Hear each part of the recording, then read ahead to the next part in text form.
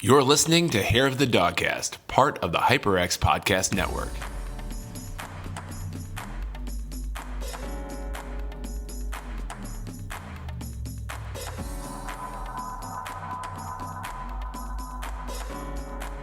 Welcome back, everybody. Are you ready for the main shebang? No, I'm not actually. The main shebang? The main shebang. What do we call it? Like, everyone calls it topic. I like the man shebang. We need to have like I already brought gift horse to this episode, so yeah. How about we call it the main topic? How about the subject? The subject. Subject 17. The subject declassified. Yeah. All right. Whatever the name ends up being, this is our topic of the show, and we have tasked ourselves, us three minus Josh, R.I.P., to build the Mount Rushmore of game designers. So we're talking the top game designers of all time, most influential, people who've contributed. Most important, yeah. And so we're talking about Miyamoto and three other dudes. Pretty much. Or ladies. Yes. Very good to say that, Brad. Yeah. And you are correct. We do have some ladies on the list. Yeah, so we are going to automatically give Miyamoto a spot on the mountain. He might get George Washington. Really, Mount Rushmore could be 4 different pictures of his face on there. Yep. But we got that feedback, yes. I debated, do we give him just his own side of the mountain and then come up with other 4? I think we have to. No. But no. I'm like, no. No. Maybe he has to be on there. That floats above. We cannot be a self-respected. Well, he's like the Zardoz that floats above. He's George Washington. Yeah. He's George Washington. He has to be on the mountain. He has to be on wooden teeth and all. All of that. Yeah. Didn't have wooden teeth, by the way. He had rhino teeth. He's chopping down all the cherry trees. This guy. He said, I will attack you with the north. Yeah. Pretty good. I love that history. So I love that we tasked ourselves with this because it would be. I think it's good. It would be tough enough to come up with a top 10, let alone a top basically 3 outside of Miyamoto. So we're doing but 4. We go big on the Dogcast. We don't fuck around. All right. So we will discuss and choose the winners of the final 3 spots. This list is official. Expect It's an argument. definitive, and historians in the world forevermore will look to our picks as the absolute last word on the subject. So no pressure, guys. No pressure. I mean, this is for all history. Before we get to our first designer outside of Miyamoto, though, let's crack open our last beer of the episode. Let's do it. This is a brand new pickup, literally maybe 2 hours ago. We talk about Eagle Park here on the cast a lot just because it is a local Milwaukee brewery. Yeah. That is awesome. Exceptional. Very good. And we hope that wherever you're listening to this, you get to experience some of this beer. East side of Milwaukee, right East off side? of Water Street. Yep, and we are drinking here the double vanilla coconut milkshake IPA. That's exciting. It's a milkshake IPA with Citra, Madagascar vanilla, milk, sugar, and toasted coconut. All the way from Madagascar? Madagascar! Where those funny animals live? Oh, it's crazy. They got those penguins, man. Those penguins are crazy. They always try to break out. That zebra talks like a black man. That's Chris Rock. I know that's Chris Rock. I'm not sure. I'm not totally sure. But I saw that one movie where Chris Rock was turned into an old white man. Hilarious. Very funny. That was Eddie What was Murphy. the name of that movie? He gets turned into an old white man. Yep. What? White chicks. No. What is happening? That's the Wayans brothers vehicle. Oh, It's not coming to America. That's Eddie Murphy. Oh, man. Jesus, Tom. If you know this one, write in because I'm going to rewatch that movie. It's funny because he's still Chris Rock, but she sees an old white man. It's like a romantic comedy, but she's still Shallow falls- Hell. Yeah, it's Shallow Hell, everyone, starring Chris Rock and Gwyneth Paltrow. Yeah. All right, the Mount Rushmore, guys. Before Mount Rushmore. Tom's like, let's move on. Jeez, before we get into the actual discussions here, I just kind of want to run down. Prior to the podcast, we did make a bit of a list of potential candidates, and we were able to have write-ins. But just to show people that we did deliberate and kind of consider other candidates here, I'll just give you their name. 2 hours later, yes. Okay. And who they're known for. So first up, we have Al Alcorn for Pong, Alexei Pajitnov for Tetris, Cliff Bleszinski, Unreal, Gears of War, David Crane, Pitfall, Kaboom, Boy and His Blob, David Jones for Lemmings, Grand Theft Auto, IJ Aonuma, Legend of Zelda series, Eugene Jarvis for Defender, Robotron, Smash TV. Insert Fumito Ueda. Shadow of the Colossus. Yeah, I missed him. Goichi Suda for Killer 7, No More Heroes, Shadows of the Dam, Grasshopper Studios. Hideo Kojima for Absolute Bullshit. I'm going to insert Jason Jones for the Halo series and the Marathon series. Was he a designer? He was the director. Was he the designer? The director kind of helps with design. He influenced the game philosophy of all the Halo games. That's a great area, but we'll allow it. Hidetaka Miyazaki for Dark Souls, Demon Souls. Hirokazu Yasuhara, Sonic the Hedgehog. Hironobu Sakaguchi, Final Fantasy series. John Romero for Wolfenstein. Ken Levine, System Shock 2. He was Bioshock. also involved in Kingdom Hearts as an executive producer, which is very important to know. We're just talking design here, buddy. I know, I'm just fucking with you because it's fun for me. I love this. No, Koji Igarashi, Castlevania Symphony of the Night, Bloodstained. Marcus Pearson, a.k.a. Notch, for Minecraft. Peter Molyneux, Populous, Syndicate, Black and White Fable. Ralph Baer, Table Tennis. I'm kind of pissed you even put Al Alcorn on this list. He rips off Ralph Baer and you put him on the list. Well, either that or Nolan Bushnell. It's they tough. both ripped him off. Both these. They sign out in court. They like pay him off. They're like, "What? We just didn't want to go to court." It's like, you fucking stole the idea and you paid him. Can you just admit it? We love you, Nolan Bushnell, though. We do love you. Yes. I want to party with you. I want to party with you so bad. Stop saying stuff. Where's your hot tub? We're listing off names that eventually people might hear. Right. We have Roberta Williams for King's Quest, Haunted House, Sierra Games, Ron Gilbert, Maniac Mansion, Secret Monkey Island, Satoshi Tajiri, Pokemon. Pokemon? He doesn't even know the name of the game series. Dude, man. What's pronounce it? You even know Pikachu? I don't know Pikachu. It's Nanaki. It's Native Pokemon. American based. Pokemon. Shinji Mikami, Resident Evil. Sid Meier, Civilization Pirates, Alpha Centauri, Railroad Tycoon. Tetsuya Mizuguchi, Lumines, Rez, Space Channel 5, Tetris Effect. Tim Schafer from Monkey Island, Day of the Tentacle, Full Throttle. Blah, blah, blah. Todd Howard, Elder Scrolls 1 Spectre. Deus Ex, Epic Mickey. Also worked on Thief, Ultima. Will Wright for SimCity, The Sims, etc. Spore. Yu Suzuki, Outrun, Hang On, Virtual Fighter, Afterburner, Yuji Horii, Dragon Quest, Chrono Trigger, Toru Iwatani, Pac-Man. You guys have anybody else? Who made Flappy Bird and Sudoku? Besides them, no. Sudoku is Richard Sudoku, yes. He's from Alberta, Canada. famous Sudoku. Of the Sudoku. Dick Sudoku. The clan. The What? Sudoku clan. They exist in the hidden mountains in the woods. So there is your list. And Dylan, you said you had a couple that you wanted to add, or I inserted Fumito Ueda. I didn't see the updated list here, so No, that's cool. I forgot about Ueda this morning. I did think about him, and I want you to know that I did think about him, but I never could put him in. Why wouldn't you think Jason Jones should be on there? He's the guy directing the entire game, comes in, makes all the big decisions, and guides the creation of the game. I have an issue with you saying he's not like a designer. Who is the main designer of Halo? What term do you want? Do you want the director? Like, to me, it's the person that is making those day-to-day decisions. Like, Kojima might not be there programming, but he's the one who says, this is how this goes. We're going to move the gameplay in this direction. Yeah. That's the designer to me. It's the director of the film. It's the person, telling the actors how to act, where the camera to be. And People like Max Hoberman, who... he was the guy who was in charge of all the big decisions. So that's, to me, the designer. I would say maybe Ed Freese and Jason Jones as a duel. Because I know Ed Freese was just kind of in charge of Microsoft at the time. Yeah, like who's the producer? To me, he should be qualified as a designer because he's the one making the day-to-day decisions on where everyone is focusing their energy. So I guess if you want to include him, we can include him. Tom has caved and let me have one here. Okay. I don't think anyone else is going to vote for it, but Yeah, I'm not even voting for it myself. Right. If we're making a list of 50 tough people we want to because, talk about. Even like having Ralph Baer on here, that is, I was waffling on that one too because was he a designer? He's mainly known for inventing. He came up with the table tennis game. oh, sorry, Sakurai, Hironobu Sakurai. Oh, we didn't even have Sakurai on there. Yeah, well, he's on there now, boys. Who made Tetsuya Nomura? We need him on there, right? No, we don't. He's not involved. No one's going to vote for Tetsuya. Oh, that's in the Mount Rushmore of too many zippers on your jeans. Yes. I thought about Nomura as well. I was wondering if you guys were going to put him in there. I think he's a bad game designer. Would love to talk to him. A worse character designer, maybe, for sure, too. No, his character designs were good for the time. I still think they're pretty good. See, the main thing, listen, guys, the main thing about a character design is if you can basically blot them out and make them black against a white sheet of paper, and you can recognize their design. Later, Hosen. Exactly.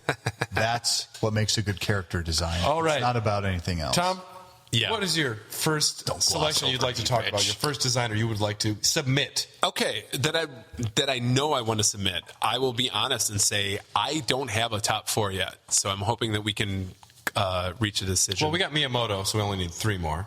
Correct. Yes. Yep. So I don't have a top 3, but I do have one that I am going to submit. Okay. And I will cut a bitch if. Oh no. No, just kidding. It's going to be a bloodbath. Yeah. Well, I was waffling between 2 people. Todd Howard again. Todd Howard. So. What'd you say? Rod Coward? Todd Coward or God Howard, depending on how you feel. But, Tom? So if I said the name Sid Meier or Will Wright to you, would they evoke anything? Yeah. I mean, I would go Sid Meier over Will Wright, but they both evoke things for me. Yeah. Yes. I'm a Sid Meier guy. I am as well. If you're talking about simulation games. Yep. I think he is one of the few designers left who actually has his name trademarked, that he can put his name on something. Yeah. As I'm Sid Meier's pig dancing. Now, hold on. To me, it's him and Hideo Kojima are the only ones you really see their names in front of the title of the game. But it's never Hideo Kojima's Metal Gear Solid. It's a Hideo Kojima game. But it's not. His name is on right by the title. Yeah, this is. Listen, this though, isn't but then we could start saying Tom Clancy is a game designer. But let's just talk about the game design. Civilization, the guy behind Railroad. Civilization is one of the best games ever made. One of the most tightly designed games. They do iterate on it, but Civilization was the first game for me that I actually played 12 hours straight. I was like a kid playing World of Warcraft and almost died because I forgot to go to the bathroom. And you weren't a kid then. I was an adult. He was comparing it to people that are young now. You were like 25. Yes. He's making a comparison so that the people of our generation will understand. I'm trying to be serious here. Okay, this is like literally. This is the only like okay, for real pick. This is the only for real like lock for me. Okay. Sid Meier. It was Sid Meier or Will Wright. I have to give it to Sid Meier as well, just because I don't want to take anything from Will Wright. Will Wright influenced Nintendo or Miyamoto to a point where he's actually a character in Nintendo games. Yeah. But for me, Sid Meier is a genius, a living legend. He kept games going even through the crash of 83 on the computer side. Can we put him in the... Okay, so I think we all agree he's important. Can we put him in the maybe column? I'm going to go ahead and say may. Not yay or nay, but a may. Mm-hmm. So that'll be our maybe. Yeah. Yep. Yay, nay, may. Yeah. Okay. I think he's deeply important. We might have to do a brawl later between some of these characters, but yeah, absolutely. Where we will make their likenesses on Smash Bros. Ultimate and make them all fight each other for the position. One of the knocks I may give against Sid Meier is that he attaches his names to games he doesn't really develop himself. I don't like that. It's his call if he wants to attach his name to it, though. Well, I mean, he's not doing Railroad Tycoon. He's not sitting down and being like, no, yes, original Tycoon. Original concept. So, okay, so like Sid Meier's Civilization 6. Yeah, I mean, yeah, but he's got the guiding. Yeah, exactly. He's the guiding voice on it. If you want to play Civilization 6, honestly, the Switch port is very good. It's great. It's good. Awesome. I'm able to play that infinitely. Yep, absolutely. So he ends up in our May. Yeah, and he's definitely in my yay for sure. But if we want to put him in a May for now, there are the ones we can only agree on. Like, is if there are 3 people, if there's one person that says yes, and then 2 people that say maybe, that's May. Yep. It's all an average. I initially did want to talk about Ralph Baer. He did not do enough game design, in my opinion. He had a lot of really great ideas. Impulse buying done over cable television. The first peripheral, the light gun, he created. But to me, a lot of that isn't game design. So I didn't want to bring up Ralph Baer. Yeah. And I'm a little bit tired of talking about Hideo Kojima. But I think Hideo Kojima belongs up there. I think he is an auteur. He brought a new level of cinematic storytelling to video games. There's a lot of people on the list. Hideo, what he brought to that series, and he brought a maturity level to games that I don't think were on consoles at the time. Dylan is exploding with anger right now. I'm not exploding with anger. I'm shifting in my seat because I agree with you, but I already know what I'm going to say, and it's May. I mean, I don't know if I'd be a man. He's become such a figure that I think he's important. They're going to talk about him like the early major figures of the film industry. Mm-hmm. His name will be up there with Miyamoto when they look back at some of the most important game designers back in the day. I'm not saying that's like a default. He should get on there. I agree. But Kojima brought a lot of discussion. Brought about a lot of discussion when his games came out. Right. And that is important. And he furthered it as an art form to the masses. He might not have been the first doing a lot of things, but he was one of the best at introducing a lot of new ideas and style to games. And I think he is important. Absolutely. To me, and we've covered him a lot over the past month. To me, it's a yeah. I mean, it's a yay. I think he is so important to what has advancing the art form of video games, which is at the core. I mean, it is an art. There's a lot that can fall under that umbrella, but Hideo is an auteur. He is an important figure, and I would not want to see a Mount Rushmore without him on there, personally. Okay. I'm a May, but I'm a May leading towards yay for Kojima. I'll say the same thing as Tom over here, but I feel like there's a lot more discussion to be had before we solidify. Yeah. Right. I just had to bring him up. No, I agree. And also, he deserves to be in the conversation. And if this was a top 10 list, absolutely. And he's also, I think, furthering the integration of Hollywood and the mainstream media. Well, you got Mads Mikkelsen into gaming as well. Which Lindsay fucking Wagner. I think honestly, we're going to see more of that. We're going to see more of major actors and likenesses being put into games because that's going to help sell copies. If you put Keanu Reeves in your game, it's happening all the time, and it's happening more and more. But not just with Kojima. I mean, it's happening. Yeah. Yeah, you know what I mean. I just don't want this to become a thing where now every DreamWorks movie has Steve Carell and I'm gonna really hate the day when they start doing that kind of shit to sell stuff because now in every single animated trailer that you see it's a list of actors and nobody knows what that list is, who that list is actually for, because the kids are going to see that anyway. Do you really think that's bringing the parents in? Whatever. Mm-hmm. Do you remember the original Shrek poster? No. It was literally Myers, Diaz, Murphy, and then it said Shrek. Gavel, gavel, gavel. Irrelevant. All right, moving on. Fine. Dylan, what designer do you want to talk about? First one that comes to mind is Hironobu Sakaguchi. I'm going to go ahead and say yay. Yes. But I'm a yay. Make your pitch here. I want to hear the pitch.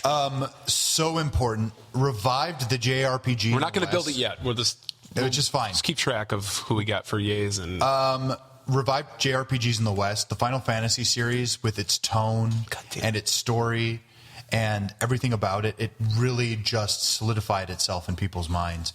Dragon Quest did not work here early on. Yeah. It did not work. People were a little annoyed by not Dragon here, Quest. but we're not just talking about here. No, but when you're talking about pure cultural penetration.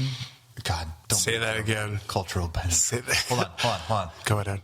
Cultural penetration. Penetration.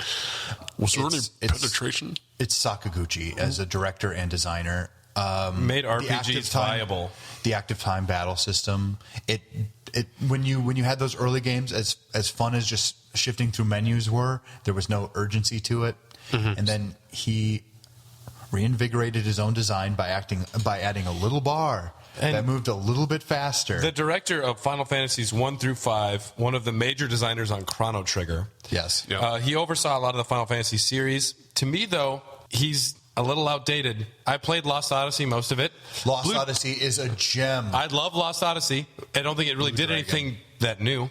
I like some of the storytelling. It's not revered. And to me, he is. It's quite revered. To me, he's not doing new things anymore. He has peaked, and he is on his decline. I think Spirits Within was when he screwed the pooch That happens. I mean, I'm not saying that doesn't make him completely deserving. I'm just saying I don't think there's anything new or interesting coming out of him. I want to say, okay, he was inspired, and a lot of these Japanese RPG makers were inspired by Wizardry. It was a huge game, and Ultima. So, I know Richard Garriott's not on the list, but, this kind of enters the conversation of, like, who beget who's more... I agree with you then. You know what I mean? You know what? I might change it to a nay. Even thinking about it now, this might have been, like, a very deeply personal choice for me right off the bat. We love those games. But I mean, I play... Really? You're going to be an A? I'm going to be an Don't make me defend your choice, man. I'm still an A. Okay, Square was on the decline. What he did for that entire genre of series, he brought back Square. It was about to fucking close. Final Fantasy comes out. Although what his Nintendo Wii game, The Last Story. Oh, is it your Final Fantasy? We just talked about that. Have you played that? No, but I was just reading about it, and I'm not saying it's not a good game, but dude, come up with a more interesting title than The Last Story. Yeah. Okay, yeah. I guess I never put the two and two together. I still think what he did is so important for a game series. He brought a genre and revitalized it and made it what it is. Defined almost an entire genre of video games. Characters too, just brought storytelling into video games in a big way. All right, I'm back. All right, we got him back, folks. I'm back. It's a yay. But you're right, though, about like who begat who. Because a lot of people, when I've seen game designers, they mention like Ed Boon. And I know that we could talk to, Pacina and Marquez, and they'd be like, I don't know about that. Well, that's the interesting thing about discussing this. Because I know when you said, like, it was so easy to get them with your list. And I'm just like, really? Because, I was thinking, like, okay, I know the people that I love their games. But, you always kind of have to think, like, broad. Well, and the entire, like, pantheon of video games. And, like, who was the first? If we didn't have this person, would this person have made what they made? His storytelling is a little basic. Derivative. Even in when you're talking about like Blue Dragon or Lost Odyssey, which came out in only so many things can kill the earth at the end of every Final Fantasy game. Exactly. But Final Fantasy IV, I think we've all played it. Love it. I think that story is Spoony Bard. You Spoony Bard. That was almost my gamer tag several times, but I wasn't willing to put like 1, 2, 5 after it. Yeah. I think especially for you've got a story that didn't exist in video games at the time. He brought a real kind of prestige to that in the same way Kojima did for like modern cinema into games that didn't necessarily have the graphical capabilities to handle it. Yeah, absolutely, man. I'm into it. All right. I think he's a good lock. Okay, so now I'm flying by the seat of my fucking pants here. So I think there is a lot to be said for Alexei Pajitnov. Thank God. I was about to bring him up because... Go ahead. You make your pitch here. If you guys ever heard of Six Sigma, any of the business terms of like... okay, never mind. No, please explain this. You can't just say never mind. So there's this philosophy in business called Six Sigma where you try to take a process and get it down to its core components and just make it as efficient as possible. Mm-hmm. Tetris, to me, the game, is basically the video game version of that, where the game is so efficient yet so well designed. It's just perfection. It's just perfectress. Perfectress, yes. Right? Yeah. I'm not even a big Tetris fan, but I look at that and I'm like, that is like the essence of just almost perfect game design, just pure. It's sound and almost the gameplay has almost not changed at all since the original iteration. Right. The weird sequels and hatresses, whatever, but there's variations of it. But it's always pure Tetris, and that's what Tetris Effect is, with just some fancy Winamp skins on top of it. And Tetris 99 is still, it's the same core gameplay. Yeah. And it's simple, it's straightforward, and it's probably the most popular best-selling game of all time. Would the Game Boy be what it was without Tetris? Tetris is approachable to many people. I think anyone could pick up Tetris and kind of get it, and it's similar to a crossword puzzle or a Sudoku. Yes, or something. Any language, you don't need any translations. You know what the game is. I mean, in my opinion, Alexei Pajitnov could be the one-hit wonder of Mount Rushmore. He doesn't need to do anything else. He made Hexic, which was great. But Tetris. yeah, Fuck. I don't want to talk about Tetris or Tetris 2 or none of that shit. Because there was some wonky stuff. But the original Tetris is pure, perfect game design. Exactly. Yep. That. Yep. Couldn't have said it any better. What are your thoughts, Dylan? Well, would we call him a one-term president then? He is an old Teddy Roosevelt demanding 3 or 4 terms. But what a fucking term it was. I mean, truly. I'm in the yay column of him if we're going to put him up against other people. I'm going to just put that out there. I think he deserves to fight against other ones. Okay. All right. Yeah, I'm going to go ahead. I think there's no denying what Tetris did. Right. I'll say yay as well. Okay. There's no denying what Tetris did. All right. We'll put him in the A column. Do you guys have anybody who would be a nay to you? Or Todd Howard. Todd Howard? Big nay? Todd Howard. He's not a big nay. I don't know. The Elder Scrolls games are undeniably important. I think he's just shot himself so hard in the foot the past few years. We're just so frustrated that we don't want to even consider it. It's like you have to consider that, but you also have to consider. And he's also his grace. He's not like his contribution to Western RPG. It's not his fault, I think, that Bethesda has gotten screwed so much recently, as much as ZeniMax dictating how things have to go. We need to have this game come out then. Todd Howard overpromises a lot of things all the time. And he overpromises with all of his games, but when the games come out, he's got great jackets. They're so good, even though they fall short, that he's able to skim by with it. Because there were things you could say like he promised this, and there's something kind of like that in the game. He doesn't need to overpromise, though. In my opinion, you're already making what's going to be one of the best experiences ever. Saying Oblivion has emergent AI. Yeah. I would still trust him, though. I mean, if he comes out and announces the next whatever he's, the next big Bethesda game. They are counting so hard on Elder Scrolls 6. Elder Scrolls 6 will be good. I think the Fallout series, they realized they could get away with some shit. I don't think they're going to fuck around with their 6. They're not going to touch Fallout for a long time. Yeah, Fallout's going to take a breather. At least a 10-year breather. That's my bet. But like I said, I'm interested in the Starfield, their new IP. I'm always so worried. It's tough. They got such a small studio. But as far as Todd Howard is concerned, I mean, I agree with you. I don't think he hangs. Criminal. I don't think he hangs. But he's important. He's very important. I'm going to put him in the maybe. I'm gonna say no. Okay. I love him. I'm going to be no as well. As much as those are my favorite games of all time. So it's funny. It's funny, right? I played Skyrim more than I've played any other game. So I have to put him in maybe because what a transformative game experience in itself. Like no other developer was trying something like that at the time. Yeah. I just think he flew too close to the sun. I love his.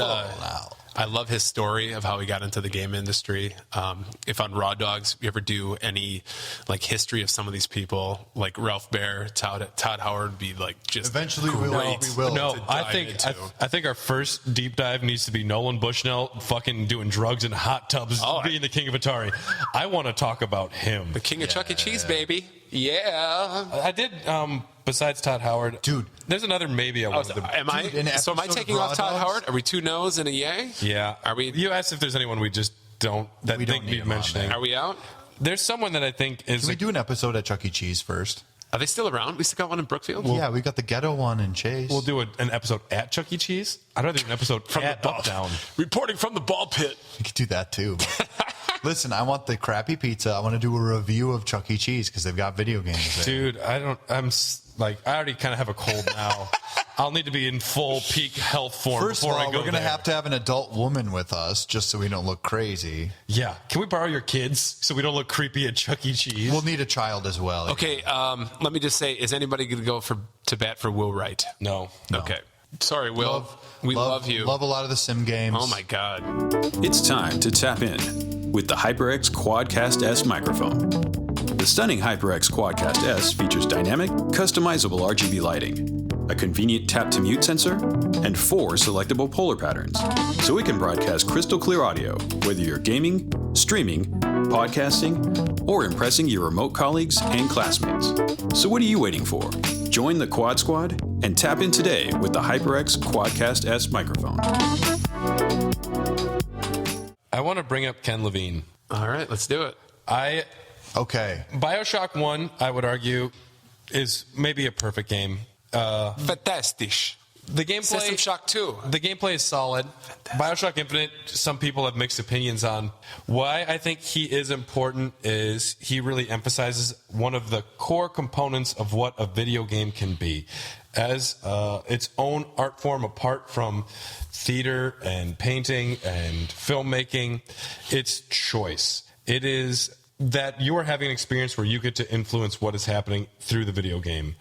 And there are storytelling moments where... Ken Levine from no, Bioshock. He doesn't. No. Those games don't. They're linear. But it brings the point of choice to the forefront when you are said, a man chooses and a slave obeys, and the guy says, would you kindly? And you realize you've been blindly following a story A to B. I don't know. It makes from a writing standpoint, maybe. From a writing standpoint, it draws attention to that, and it kind of emphasizes the point of what a video game is. It makes you think about how you approach other video games differently. At least it did for me. I mean, it's not a sandbox by any means. It is a straightforward game, but it emphasizes what is a core component of video game design, and it's that you need to make choices. That game, it doesn't. Yeah. You don't get to play it like there are certain ways you can approach different battles. There are gameplay choices. You have to project yourself onto that character in a very specific way, especially if you want to make Big Daddies attack someone. You have to invest in certain points into other things. That single storytelling element, though, where I realized that I've been blindly following a game without questioning anything,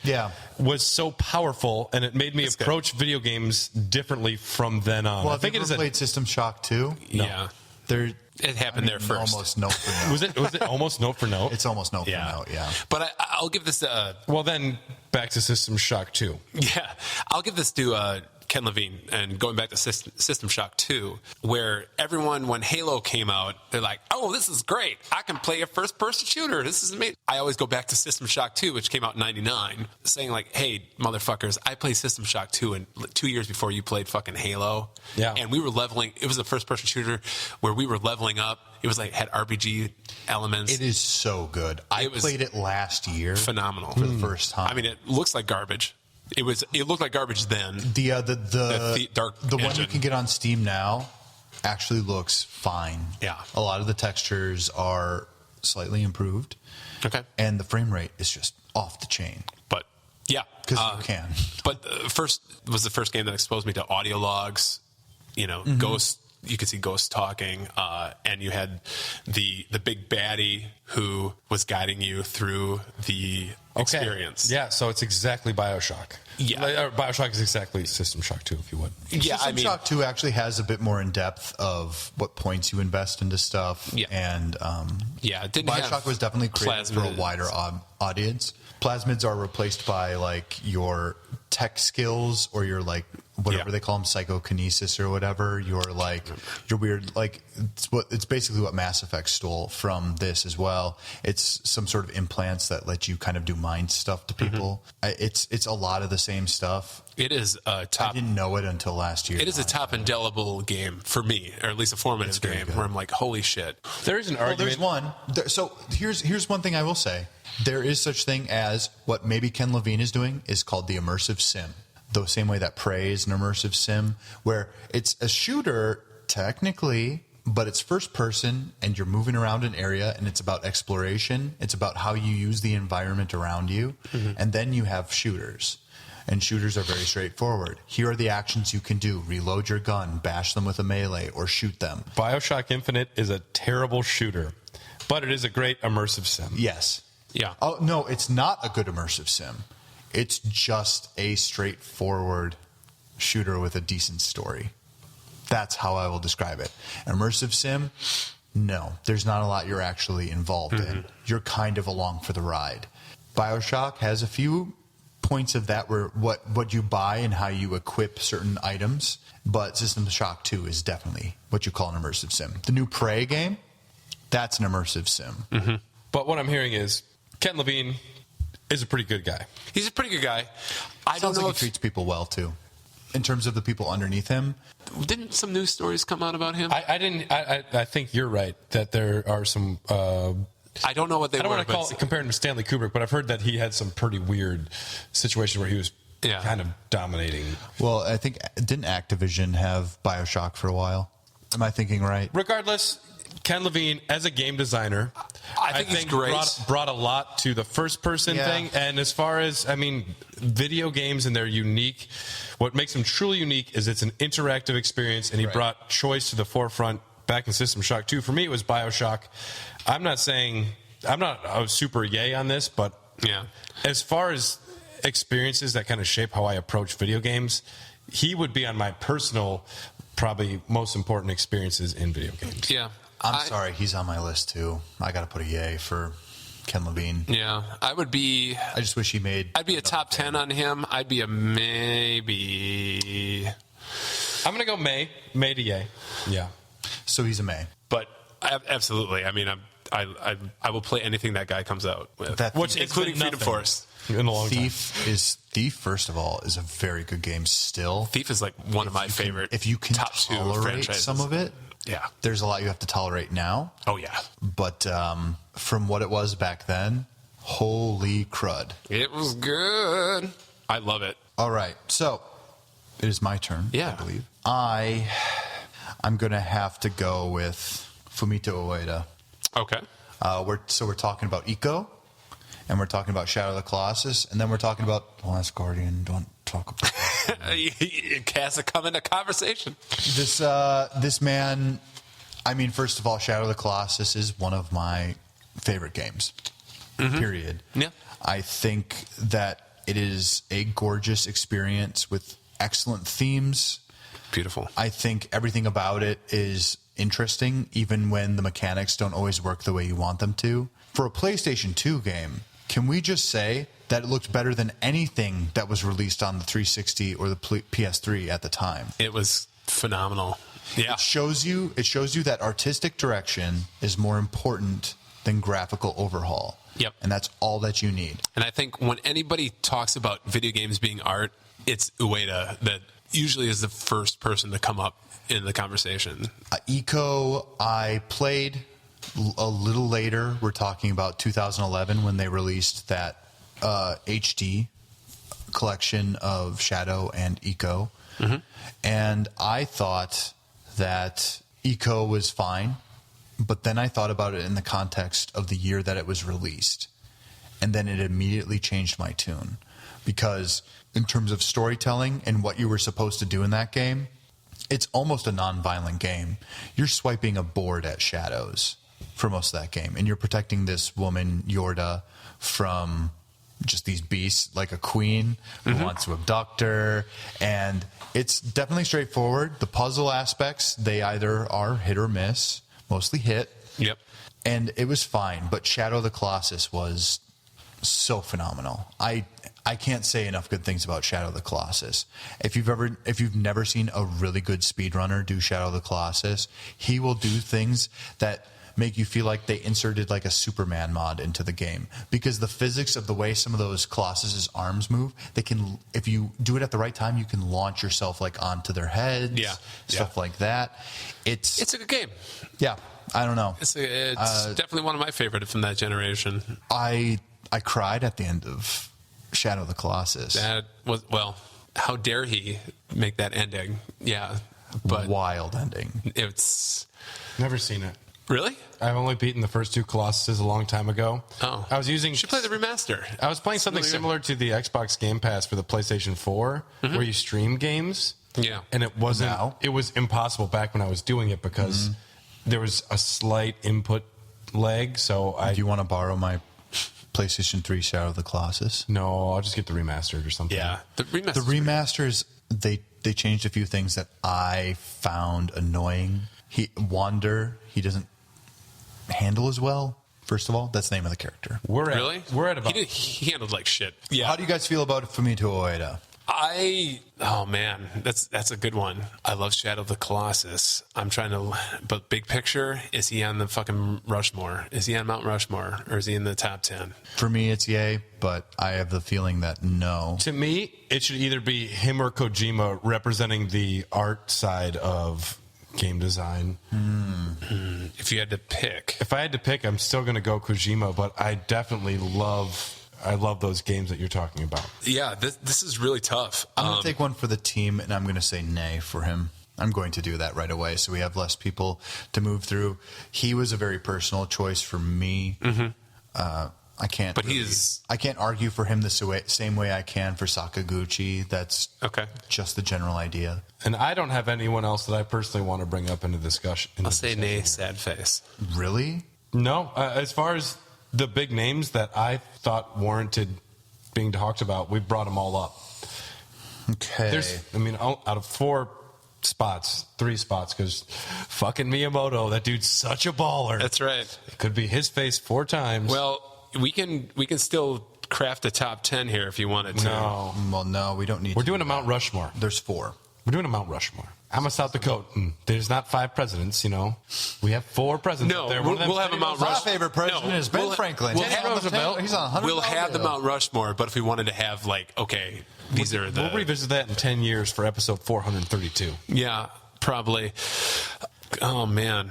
So we were considering Ralph Baer, right? No, he's a nay. Yeah. He didn't do enough game design. He's incredibly important, but Super important. I don't think he did enough game design. Nope. I would definitely agree with that. The father of video games. And Al Alcorn can. We love you, Al, but you didn't design Pong. You might have changed a few things, but Ralph Baer made table tennis. Pong's Pong, man. Yeah, You but know? table tennis is Pong, man. It's what I not. It's heard. not 100% the same, but That's what I heard. Yeah. someone made a car and then someone made a Porsche. Someone else made the car first. Yeah, Yep. that's true. It wasn't Ford. So I did want to bring up John Romero. I did want to bring up John Romero. I don't think he's not gonna hang. I think it's important. I think to talk he's about important. him, though, But it's too. important to talk about him. And I And his wish hair. if we ever do a Mount Rushmore of video games in general. I just want to make a Daikatana Mount Rushmore. This game will suck your dick. There you go, suck it down. I swear to God. Yeah, it was tough not being able to really put John Carmack on this list, because if you were ever going to make the Mount Rushmore of just video games and all encompassing, for me, John Carmack would be right next to Miyamoto for all those contributions that he did for first person or just technology. We can't take away the Doom Or Wolfenstein. For that matter. or Wolfenstein. Wolfenstein. So honorable mention, John Romero. Love your hair, great. I actually might have put a yay there. For Romero, Yeah. okay. Do you know how pervasive? You remember? You how can pervasive, convince me, man. Well, do you remember how pervasive Doom was? It was a game changer. Everyone fucking played it. Yes, but did they play it because of Romero? Did they play it because of Carmack, of the tech? Well, I guess, but at the same time, it's like Romero was the face of it. Whatever. Yeah, this is where it gets hard. That's why Yeah, I'm then it's a that's no. when I'm like, you got to be It's objective, fine. subjective, everything at the same time, everything everywhere. Yeah. You know what? No, I guess not. When you think of Doom, you're like, those are fucking awesome levels. If he had done a few more things, I would have been a little more interested. Yeah. No. No? All right. We love you, John. We love you, John. Brad says he has no more that he wanted to bring up. All right. The ones that I have strong opinions on, Yeah. I've already talked about. Okay. And if we're Yeah. choosing a Mount Rushmore, there's 4. Yeah. And I will talk about Eiji Onuma, the Legend of Zelda series, almost from the start. Almost, right? What was his when did he bring first in? Zelda game that he was a designer Is on? it Link to the Past? Might have been. Link to the Past is great. A lot of it is based on the original Legend of Zelda, though, which is already designed. But it's better. It is. I'm not arguing it's not a million times better, but Yep. it's those same like the concepts Nomura. done bigger. Right. And For Miyamoto, you could be like, no, Tetsuya Tezuka, he did a lot of... His Doesn't get the first credit. one was actually technically Ocarina of Time, Okay. which is still, he was the game system director in that, that means a lot. in terms of like Z targeting. this was Z targeting. This was Z targeting, and it was also making Link move through a 3D space. I do have to be honest with you, that's insane. Just being that person. Ocarina of Time blew everyone's minds. I think it's overrated in terms of Zelda games. You play it now, you're just kind of like, all right. Yeah. What is your favorite Zelda game, by the way? Oh, can you guess? Breath of the Wild for me. Can I? You can guess, of course. Oh, I'd love to. I'm going with that DS. Majora's Mask. Majora's Mask is a good guess. However, I hated Majora's Mask. What's the DS game where you go flat into the walls? Yeah, Link Between Worlds. Link Between Worlds? Nope, never did that. Or I played that all the way through, but I never beat. Well, I mean, I beat it, but Wind Waker. it's Wind Waker. Yeah, you're a Wind Waker guy. I'm a Wind Waker You guy. would be. Love Wind Waker. Fantastic game. Best music, best art design, by far. I was really off-put by the art design when I initially saw it back in the day. Everyone was, and I saw it, and I said, "Oh, this is like gonna last forever." I said, "I want to play a cartoon," Yeah. and I played a cartoon. Why does it look realistic, dude? Come on, dude. Why is Link like 12? Meanwhile, like he's 12 in the first one. Yeah. Yep. Yeah. Eiji Numa, fantastic director. I will make this pitch, though. A Legend of Zelda where Link is like old Snake in Metal Gear Solid 5, just like old Link, just having to deal with like puzzle solving as an old I would dude. love if there's a segment in the new Breath of the Wild Yeah. that has you as like older Link, but you have Yeah. like maybe your physical prowess has gone down, but you learn more magic. It's or all puzzle something. solving. It's just you just being more clever. I think that this next game is going to have a lot of time travel in it, and this is one of Dylan's predictions. I think this game is going to have a ton of time travel in it because I'd like to see that. this whole series, when you're talking about the fandom, they are always wondering where something is in the timeline, and they Right. still can't place Breath of the Wild. So I think there's a lot of time travel in this. I think Ganondorf has done a lot of time travel. You've heard it here. I would like to see that, I think. I'm really interested to see what the new one is like. So, Enuma, Right, in terms of just sheer, like, he made Legend of Zelda so much more than what it was. Yep. And that's still one of the most popular game series. He made Breath of the Wild, he did. to be fair. And that is to be the first open world game. That sold the Switch. I'm but sorry. It's not the first open world game, though. It's probably one of the best. Yeah, he sold the Switch. Yeah.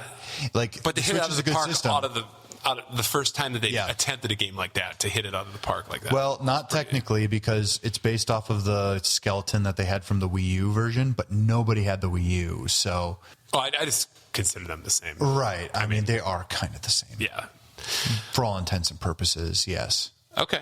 I would say yay. You would say yay.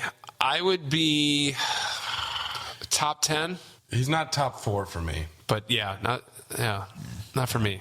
So he's a nay. He's an A. Okay. Yeah, looking at the list, I think I might be out of top 4s outside of like honorable mentions. Which we can mention them, but they're not Mount Rushmore. They're not. They're not Guts and Borglum material. Well, it turns No, out but each of us are very discerning about what we would put onto this. Yeah. So we may not even have to battle all that much. I don't think just so. the number of made EAs, I think we won't have too much. So Well, it's not like we had a ton of designers who were like bad. Can I make one argument for someone on this list that maybe I'm not into, but I can see their merit? Sure. I would say Marcus Pearson or Notch. Agreed. Yep. Yeah, I don't think you Minecraft. can deny that. Minecraft is pervasive. For most children now, it's their first game. Super creative. Yes. Which that is an aspect of game design which is very important that I don't think anyone else we've really talked about has done too much of, where a large part of your gameplay experience is creating something. Yeah. Yep. Beautiful. It's like Legos for the new generation. Yeah. Yeah. I remember I was working at a movie theater, and this was before Minecraft came out, but there was the beta out, and my buddy would just talk about it nonstop. Right. About how great it was. And I said, okay, whatever, that's cool, man. And then the game comes out, and it is, I haven't even played Minecraft more than just a tiny bit, Same here. dipping my toes, but I see what people have created on there. I'll just go on Reddit and see entire fictional worlds that, like, all of the kingdoms in Game of Thrones are created there, and people can walk around in them. People made mechanical computers in Minecraft. It's all about switches and electrical outputs. There are people who made calculators. It's very interesting how something like this can become more than what it is based on player creativity. I would actually relate this a lot to Super Mario Maker. Yeah, it's giving someone the tools to create their own whatever the game is based on. Let them go wild. I mean, who cares? And then their thought is you can mod as much as you want, you can do whatever you want. Right. We don't care. We're just giving you the base thing that you need to do this. That is a very important aspect of game design, which not every game lets you have those tools to where Halo Reach. The level design, you can create anything you want in the Forge, and then they're put online. Absolutely. Mario Maker, it's so interesting when a video game gives those tools out, and they said, this is the sandbox, you create what you want, and we're going to also curate the list by our favorites, and then you can have your top 10s. And I think that's important.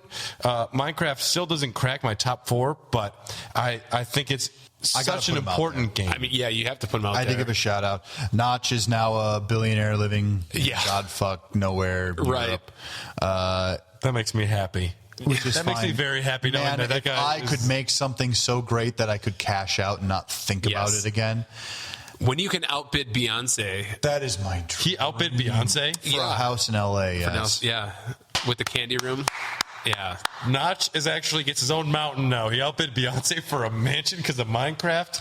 I mean, look, and he's investing properly. By all accounts, he's neurodiverse, from what I understand. He seems like a nice guy, but he just didn't want to be in the public eye the way that people wanted him to. And some people who saw his Twitter feed probably would disagree with the nice guy thing. But there's always... That's why, Dylan, you don't have Twitter, and you're smart. Yeah, good for you. Thank you. But no, Brad, that was awesome. I mean, just from what you said and just he belongs up. Thinking about it before, I'm like, that's a good case. I mean, Minecraft is the shit now. It's on everything. Congratulations. If you want to play it, you can play copies. it. Yes. But as far as top 4... No. Absolutely not. Top 6, perhaps. Is there anyone else on here that anyone has anything else to say? I like Resident Evil games. I'm not going to talk about them. Igavanias, love them. Don't think that they're the top 4 material. Listen, I loved Evil Within. He didn't direct Evil Within 2, which is one of my favorite games. Mikami. I love Tajoshi. It was such a better game than the first one. Mikami tried real hard, though. I still got it sealed. I got to play it. God damn it. We're gonna have to do it on a Twitch stream. We'll advertise it. Yeah. Oh, sure. I think people will show up, especially if we do it next year around Halloween time. Something like that. And I love Satoshi Tajiri. Not top 4, but goddamn, is Pokemon not a great game?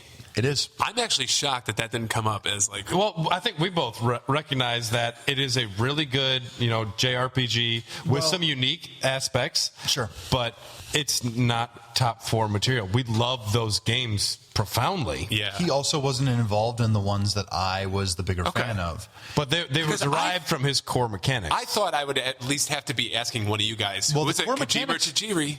Who is it? Well, the mechanics are still there. Yeah.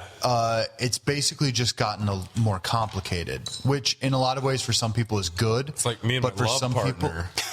Love partner. Hey, listen, look. Me and Pikachu, we're like this, son. We're like this, but sometimes we're also like this. Pikachu? Pikachu bad. Did you poop on the refrigerator, Pikachu? Sometimes I say Pika-hoo. I don't even know you anymore. All right. I'm at the same point with you guys. There's nobody here that I really want to, want to get shouts out to Eugene Jarvis, but we're going to get him on the podcast, this Midwest Gaming Class. Yeah, I wish Suda made better games. Killer 7 is fantastic. Love it. Shadow of the Damned was fine. No More Heroes is Cliffy B Travis Touchdown is great at drinking Mountain Dew. Cliffy B is rich, but Unreal, that engine. Important. Very, I would say 75% of the games that these people make who are currently making games probably use that engine. But we're talking about designers. I think we're to the point where we can go to our possiblies and start putting some in stone. Yeah. I think so. I think we got who are our yeses and maybes, Tom? We have Miyamoto. We have Miyamoto for sure, right? In there. So we have one. I think the only true yes we had was Alexei Pajitnov. He's in. He's the Thomas Jefferson. We're going to lock him in? Let's lock him in. He's right. Thomas Jefferson. He's Thomas Jefferson. We love you, Alexei. Yeah. Please talk to us. Lock. We almost saw him out at Portland. He was there. We didn't get a chance to run into him, though. He was at the Tetris World Maybe Championship. remember famous. Yes. Okay, next we would have Hideo Kojima. Versus, we have to place him up against somebody. Well, we don't have to put him up against. Well, who's all in the possibilities? We Okay. have Kojima, Sakaguchi, Yep. Sakaguchi. We have maybe and Ken Levine. Sid Meier. Sid Meier. I will go to bat for Sid Meier. I think that Hironobu deserves it. I'm going to put a hard yes on Hironobu. Same here. Okay, hard yes on On Hironobu? Sakaguchi. Sakaguchi wins. Between. All of them. Okay. And then, I think, Kojima. unfortunately, Kojima gets Yeah, it. those are my hard yeses. Oh, no. We have to. Look. Listen, if you want, okay, I need you to If make you want one unanimous last pitch. consent, you're going to have to get it from some other owners. To quote basketball. I need you to make one. Tom, I need you to make one last pitch for Sid Meier. Because otherwise, Sakaguchi, Dylan and I are locking in Sock, right? Sakaguchi. I'll go with in. Sock. Okay. I will go with so Sakaguchi. the fourth spot is up for debate. Yeah. Right now, we're thinking Kojima, and you have to make a pitch for Sid Meier to Dylan because I'm not going to. Between Kojima and Sid Meier? Switch me because Civilization 5 and 6 have, I don't know. They have completely wrecked my mind for a couple months because all I can think about is how I can win with a Polish victory. Okay. And The idea of one more turn originated turn, yeah. with Sid Meier and his games. the hexagonal. The 4X games. Yeah. He is the godfather of the 4X game. He's a huge part of just computer gaming as a whole. Go ahead and do any Google search for the top game designers of all time. You will see Sid Meier, and you will see Kojima as well. But Sid Meier helped keep games alive during the crash era when people kind of moved to computer games. I will say that he definitely affected me, and I still, every time he puts out a game, whether he made it or not, his name's attached to it. He is fucking Sid Meier's Your Mama Wants Me. This is hard. I feel like I'm the one who's deciding this. And we need someone from the computer space. We got so many console guys anyways. But This isn't about what console they were they're on. Right. This is about but game design. Which contributions. I don't think it matters what console Sid Not a lot Meier of- was on.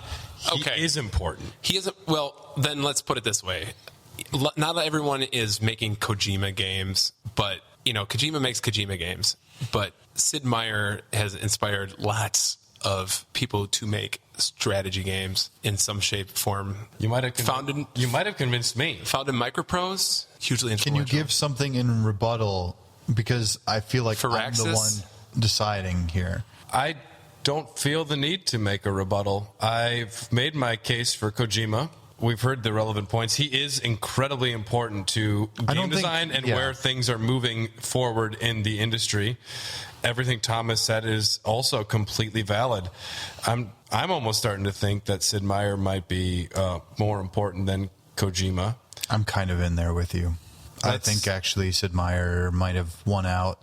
If only because when you're talking about history, when you're talking about creating genres, when you're inventing, truly inventing something, it's different than just expanding. Mm-hmm. Kojima did help develop the stealth genre. I think he's a true auteur. I don't think auteurism and public persona necessarily gives you an up, in my opinion. I think a lot of that stuff is horseshit. I think Kojima's a really cool guy, and I think that he's very clever and creative. Sid Meier's really involved with his church, and he's Canadian. Sure, which is fine. Wait, I'm changing my opinion back. I'm going to Kojima after I that. said that's fine as long as it's not in his games. I don't care. Right. It's you can do whatever you want. You can be whatever you want. I just want everyone listening to know that I have a large beard and I stroke it sometimes. But Dylan has been playing with his chest hair for the past 3 minutes. I wasn't going to say I've anything. got quite a bit of it. If you... His shirt has got way too many buttons open, and he is going to town right Yes. now. Let me pull down another, baby. Yeah, let's put Sid Meier up there. Sid Meier wins. Oh, Sid Meier. Sid Meier, Sakaguchi, Man. Miyamoto. Okay. Who is the Who do we have left? No, was that it? Sid Meier, We have Sakaguchi, one more that we need to put on here. Miyamoto. We got- Alexi. Alexi Pageant. We have all four. We have all four. That's the four. There you go. Yep. Alexi, Hironobu, Sid, and who else? Have you ever heard of Miyamoto, Alexi, Miyamoto. Yeah. Sakaguchi, Never heard of him. and Sid? Congratulations to all our winners. The Hardcore Gaming 101 podcast is on a mission to rank the top games of all time. I like the idea that when Bruce Wayne gets angry, he switches to the Batman voice. Why do you have such a problem making Boomerang shaped like a bat? You mean like Batman? Not like Batman, just make it for me! Bruce Wayne, I can't even with this guy. It's a Herculean task, and I'd be lying if I said it hasn't taken a toll on our cognitive faculties. Most people would be happy to have a job during a global pandemic. Dennis! Hardcore Gaming 101, twice a week, every week, right here on the HyperX Podcast Network.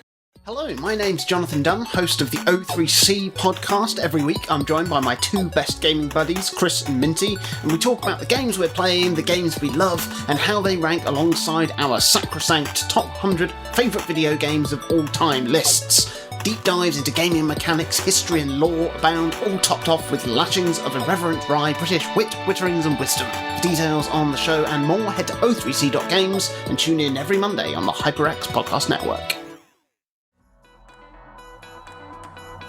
I know your favorite character is Mutt Williams. So you got the monkey swinging set. So, guys, we're going to build our Mount Rushmore. We're going to deliberate. We're going to debate. We're going to figure out who are the worst video game mascots of all time. And which one will be the new president of the United States of America? There can be only one. So, criteria here, there isn't a lot of criteria. Basically, it's just mascots we think are lame. They can be in games that were successful or not successful. It's just the only stipulation was keep it to like original characters throughout gaming history as much as possible. There will be a few not specifically original characters because you have to have some of these on the list because they just belong there. And Pepsi Man. yes. I mean, got that the right is one, baby. technically an original. No, Pepsi Man was a Japanese commercial before it was ever a video game, as well as Noid. I think Noid could be on here because Noid. I liked the video game. You know. So, before we start, let me just read down the list of characters that we have, and we can deliberate, and we can also add as we. Now, are we making arguments for who we think should be on there one by one? You can do it any way you want, as long Because as I it's put done some on here that I think are good. Okay, well, let's just go through the list here in no particular order. We have Gex, Boogerman, Wild Woody, Awesome Possum, Rocky Rodent, Polygon Man, Titus the Fox, Sackboy, Glover, Chuck Rock, James Pond, Dizzy. Is that Dizzy the Egg? Yep. Okay. Yeah. I don't even know what that is. Bubsy, Codemasters, man. Pepsi Man, Arrow the Acrobat, Hetty from Dynamite Hetty, Alex Kidd, Vex, Blinks, Croc, Cow, KO the kangaroo. Okay. Dr. Mudo. Oh, good pull. Voodoo Vince. Nice pull. Thank you. Stubbs the Zombie. Sphinx. Tack. Okay, sorry. Tack. K. Who's K? K is from Legend of K. Legend of K. 2005. It's a little like it's a Bengal tiger. Okay.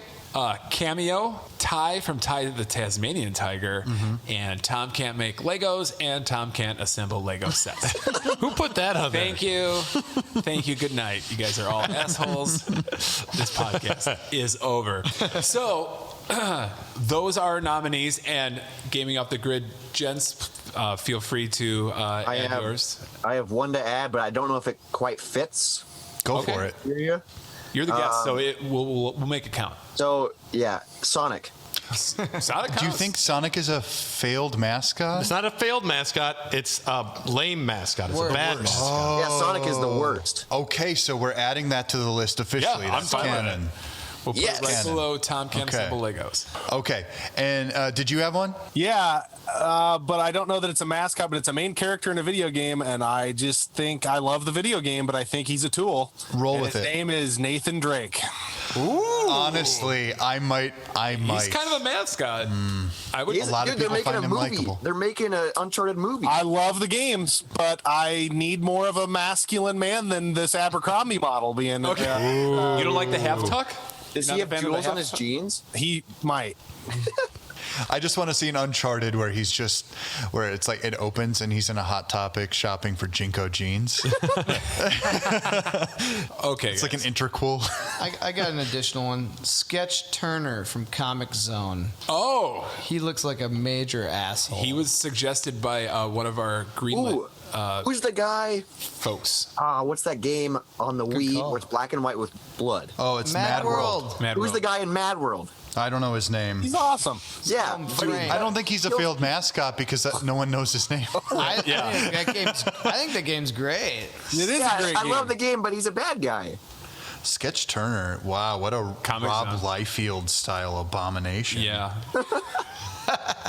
Literally, it was made in the era too. Right. It's gonna. He is the I early do love- mid-90s man. I do love the 90s mascots that a lot of them are major edgelords. Yeah. So many. And that's why I went towards the early 2000s because I remember, because that was when I was first really getting into games, and Game Informer had so many issues coming out, and in all the ads, it would be like Dr. Muto, Vex, and I was like, Mom, I want this game, and she's like, you don't want that game. Yeah. And I said, I want this. And she's like, why don't you get Mario? And I said, okay. So She knew you better than you even thought Good back job, then, Mom. probably. My mom was actually, she just didn't want to spend money, let's be So clear. let me pose this to the group. Are there any on here that you think are shoe-ins or you feel very passionately deserves a spot of shame? Booger Man. You mean Bomberman? Booger Man. Think about it, guys. Bomberman is Wild lame Woody. as all hell character. Wild Woody should be on the Bomberman's list. cute. Cute. Bomberman's got a big Bland. head. He's got macrocephaly. Bland. It's fun. Well, hold on, Bomberman rules. Yeah, fun game. Good game. No, no, but no. Lame character. Bomberman Adventures. I think he's garbage character. A worse man? I could have just drew a couple circles too. I mean, Look at a picture of him right now. Are you going to argue the same thing about Kirby? Now, if you're talking about the modern day take of Bomberman that they tried to make, that guy was hot garbage. Oh, yeah. The They all original look the same Bomberman to is me. glorious. Yeah, look. He's the a same great to me. design. Bubsy, naturally. Everybody hates Bubsy. Well, Bubsy. Chuck Rock is terrible. He's a caveman. I'm going in as far as to say that I don't think Bubsy sucks. He's a cat with an exclamation point shirt. I like that. I'd wear that shirt. You should get that shirt, Dylan. So, And not wear pants like Bubsy. I mean, This is positively the best shirt I've ever had. What could possibly go wrong?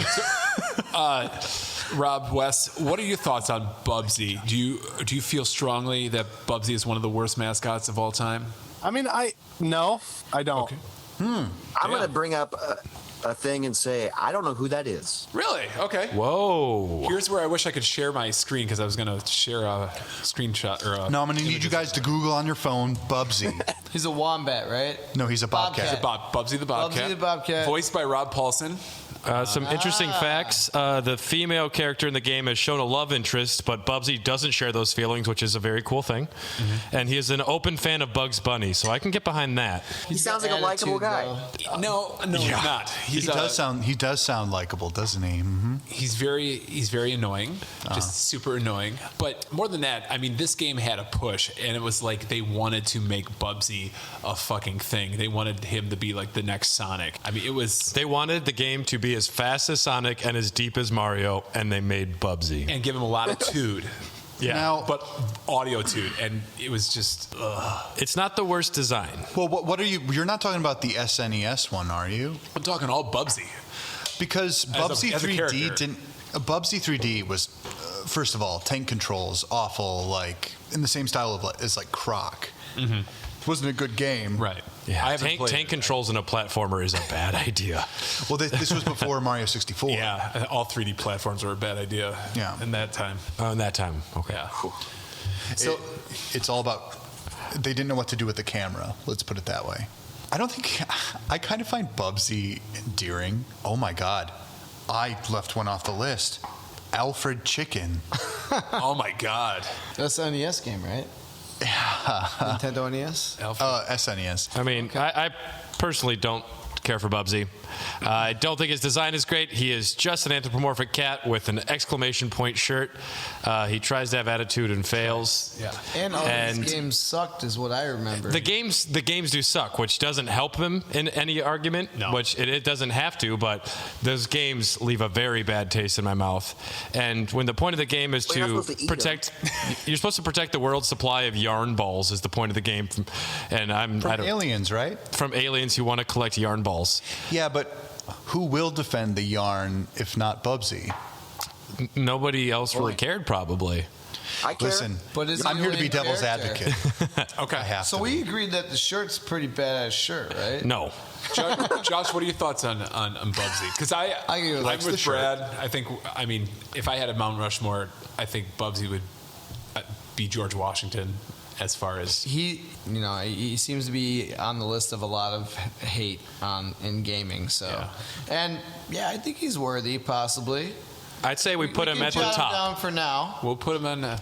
We'll put him on. And if anyone dethrones him, because it seems like these guys over here, they don't think Bubsy's all that bad. That's right. And I mean, there are a lot of defenders of Bubsy, including from our Greenlit family, Aaron Littleton from Video Deathloop. He had a devil's advocate opinion on Bubsy. He said, Bubsy as an idea isn't the worst. He was a timely enough ripoff of other more popular platforming mascots with enough exceptional, not good per se, but just notable about him that he's remained in the conversation for almost 30 years. How many other mascots have faded completely away in that time? Plenty.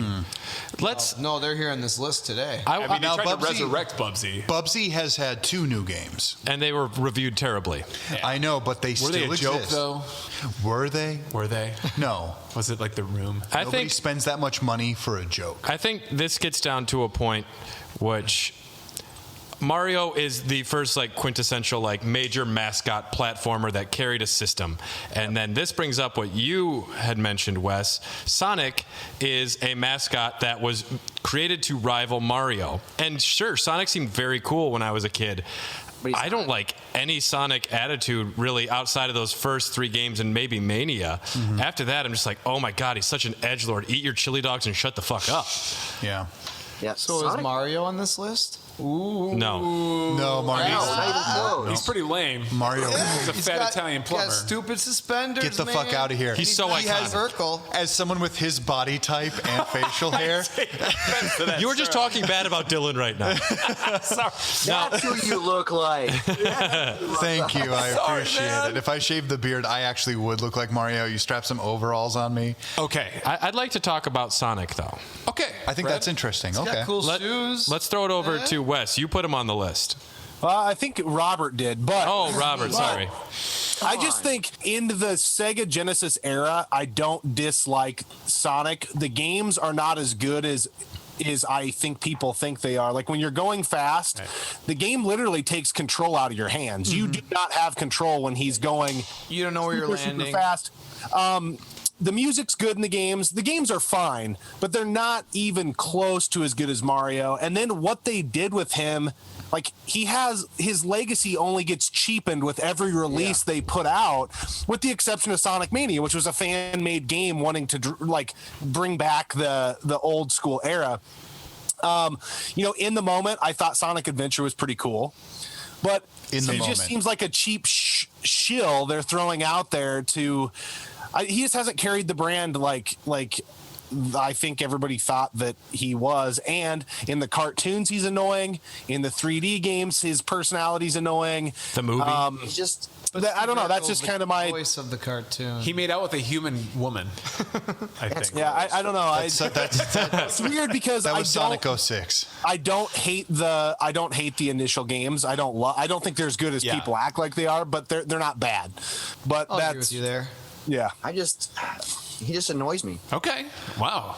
Is it when he jumps, it makes a noise? Well, it's just like I guess I grew up as a Nintendo kid, so I never got into. I was a Mario kid, but like, yeah, what I always thought of Sonic is it's a fast game, but it's not. He was the birth of the edgelord video game character you too. Die. You actually can run faster in Super Mario World than you can in Sonic the Hedgehog. Yeah, there's proof. Really? There's just no blast processing, so that's Sure. Yeah, that has to be a lie. No, I'm pretty sure there's like video proof of that. I'm pretty sure. And I always just thought like the platforming felt really loose to me in those games. I never when liked you're the trying to be Sonic very games. precise on something, Sonic just wants to get horny and spin around. Yep. And bouncing everywhere. Yeah, I don't know. I don't think he belongs on the Mount Rushmore of worst video game characters, but I think you gotta. I think it's worth mentioning that he's kind of overrated. He's overrated for sure. I think he's overrated, but I think from like a design standpoint and likability standpoint, I think that it is truly time and place. Because you said like after basically the first adventure, he was overstaying his welcome, right? So I think for the most part, he was a really awesome character. I mean, you think about the other ones who tried and failed. This one stuck with people, and it stuck for a reason. It might be furry fandom, it might be anything. Because Brad and I, one of our first, we're in a few furry groups. One of our earliest Raw Dogs episodes was about the lore of Sonic the Hedgehog, and we were talking about the appeal of it. And I think a lot of it is, I don't know, have you ever seen like Robin Hood by Disney from like the early 70s? I mean, He's a fox. There's something primitive and weird about it. Yeah. No, but what I'm saying is like the furry fandom. It's funny because you can just see that they've been chasing for like a more edgy character. So they made Knuckles and they made Shadow. Then they gave Shadow a gun. They're like, we don't know what to do anymore. But those are cool characters. Knuckles is cool. I guess no one knows what an echidna is. So does Sonic? So we're not thinking Sonic's going to be on the Mount Rushmore. No. But he'll be I think it's good we talked about him. But it was a worthy mention. Is it better than Mario? No. Absolutely. No. Okay, just throwing it out there. Mario has had so many iterations. Mario is perfect. Doesn't he always have a red shirt? Mario's had a lot of work done. Mario is what every video game character should aim to be. break down even the sprite work. It is almost a perfect sprite. Couldn't work out that much and get in that shape. I think there's a lot of whatever he's doing, he gets the princess. And I love it. But yeah, the princess is in another castle. Sonic was the she was fucking around. Sonic was the originator of the Attitude Era of video games, and we have him to thank for all that. It's because of Sonic that we got Degeneration X. Yes. Yeah. You're absolutely right. So we'll put him on honorable mentions, and if anyone changes their mind and feels really strongly, we'll bring them up. But somebody tell me who the fuck Wild Woody is. Wild Woody is a pencil who is brought to life. He's a pencil. I didn't see this till I was looking up stuff. Wild Woody is a pencil who's brought to life, and God, does he have a personality. His eyes bug out. And, Jesus. From 1995. The gameplay is amazing. Oh, I watched videos of it. I've never played this, to be fair, but there's a channel I really like. Shout out to Oni Plays. They do a run through of this, and it is so funny. You are a pencil going through these worlds, and you have like attack powers, but you can also erase with your ass. So you just like rub your ass all over the enemies. So Exactly. should he be on this list, or should he be on the top of like the awesome list? Because I'm kind of always the contrarian, Josh. Because I think that early here. Yes. So there's a totem at this desk, and it transforms things around it to life in order to become its champion, to send it into these like books or pieces of art in order to like, I don't know, eliminate the bad guys in it. And it's just this guy, and he's like, "Wow, I don't know how to handle this." So like in the vein of making this Mount Rushmore, if we want to have people visit it, we have to have characters on there that they know. And if everybody on here is like, we don't know who Woody the Pencil Boy is, Wild Woody. We're not going to make any money at this Mount Rushmore. No, this is like Mountain Rush less. It's like Mount Rush. Well, I think there needs to be representation of big name characters like Bubsies, but there is also room for the Wild Woodies. I mean, there's always room for a Wild Woody. How many heads are on? Look good in stone. He looks pretty awesome to me. Can I say something about the actual Mount Rushmore? Very controversial topic. Is it Guts and Borglum again? Yeah, you There's better watch 4 out. Mount Rushmore You gotta- heads. It's incomplete. They're not going to put Trump up there. Yeah, I know. No, I'm saying that it's actually an incomplete piece of work, and it's like, yeah, you more complete than help Crazy blow up Horse. and carve giant heads of stone, but not it's gonna also put the- incomplete. Like, if you really wanted to finish it, you could. That guy could have probably fucking finished it. Who made that shit? The rock guy from Never Ending It's Story? Guts the and rock Borglum. But I'm gonna. I'll tell you I'm what. South Dakotan. That's why I know. I it's don't fucking think. Guts I don't and think it Borglum. looks nearly as good as people say it does. Okay, so does Mount Rushmore belong on the Mount Rushmore? Controversial Well, if opinion. Mount Rushmore was a video game character, yes. I actually want to put Wild Woody up here because I think he's so charismatically weird. I think he looks and great. from what I've seen, the gameplay is impossible. You just hop around. You hop. No, you don't hop around like a pogo stick. You've got legs. Oh, it's a pencil with legs. A pencil with arms and legs, and he's got these drew it bug by eyes. I think I've seen that. Yeah. And the graphics aren't that terrible, but the music is awful. Is it a and platformer? Yeah, it's a platformer. It's a 2D, almost 95% of these are all going to be platformers. Yeah. But yeah, I want to put Wild Woody up there for right now because I really like Wild Woody, and I would love to see a representation of him in stone. All right. So Be careful where you say that sentence. You want him on the Mount Rushmore, but you like him. And we're talking We like I how like bad him. he is. I like bad things. Oh, This okay. is one of the Now things you're going to have to learn about me. In a non-ironic way. In a non-ironic way, boy. I like bad things, and I like things that other people hate because it's funny to love them, and that makes me love them more. Well, we'll move him over to our list with Bubsy, where we were I kind do of want lowering it to. down. I have one that I think would be cool to be on Mount Rushmore, Okay. and that'd be Dr. Muto. You like Dr. Did you play it? I never owned the game, but I owned the demo. Okay. And the tell me. demo is all you need. Yeah. You don't need the full game. Can you explain a bit of what Dr. Muto is? Yeah. He's a mad scientist. Well, the gameplay. I don't remember. He uses his invention, the Spliz gun, and he mutates and morphs into organisms to complete his tasks. He accidentally destroyed his home planet of Midway, and he can double jump with it's made thruster by boots. Midway? Yep. Yeah, that's how Holy non-creative shit. they got with Dr. Muto. Yeah. Well, that's a I just proper think- mascot, though. You know. But dude, For he was. Midway. I think he was in advertising a lot back in the day, He was I don't to be mind his honest, design. His design isn't bad. and I think he would be a good addition. You got to have a freak up there. Now, I've never played Dr. Muto. I'm curious, though, because I saw so many advertisements for Dr. Muto in Game Informer that it really captured my imagination because I couldn't play everything I wanted.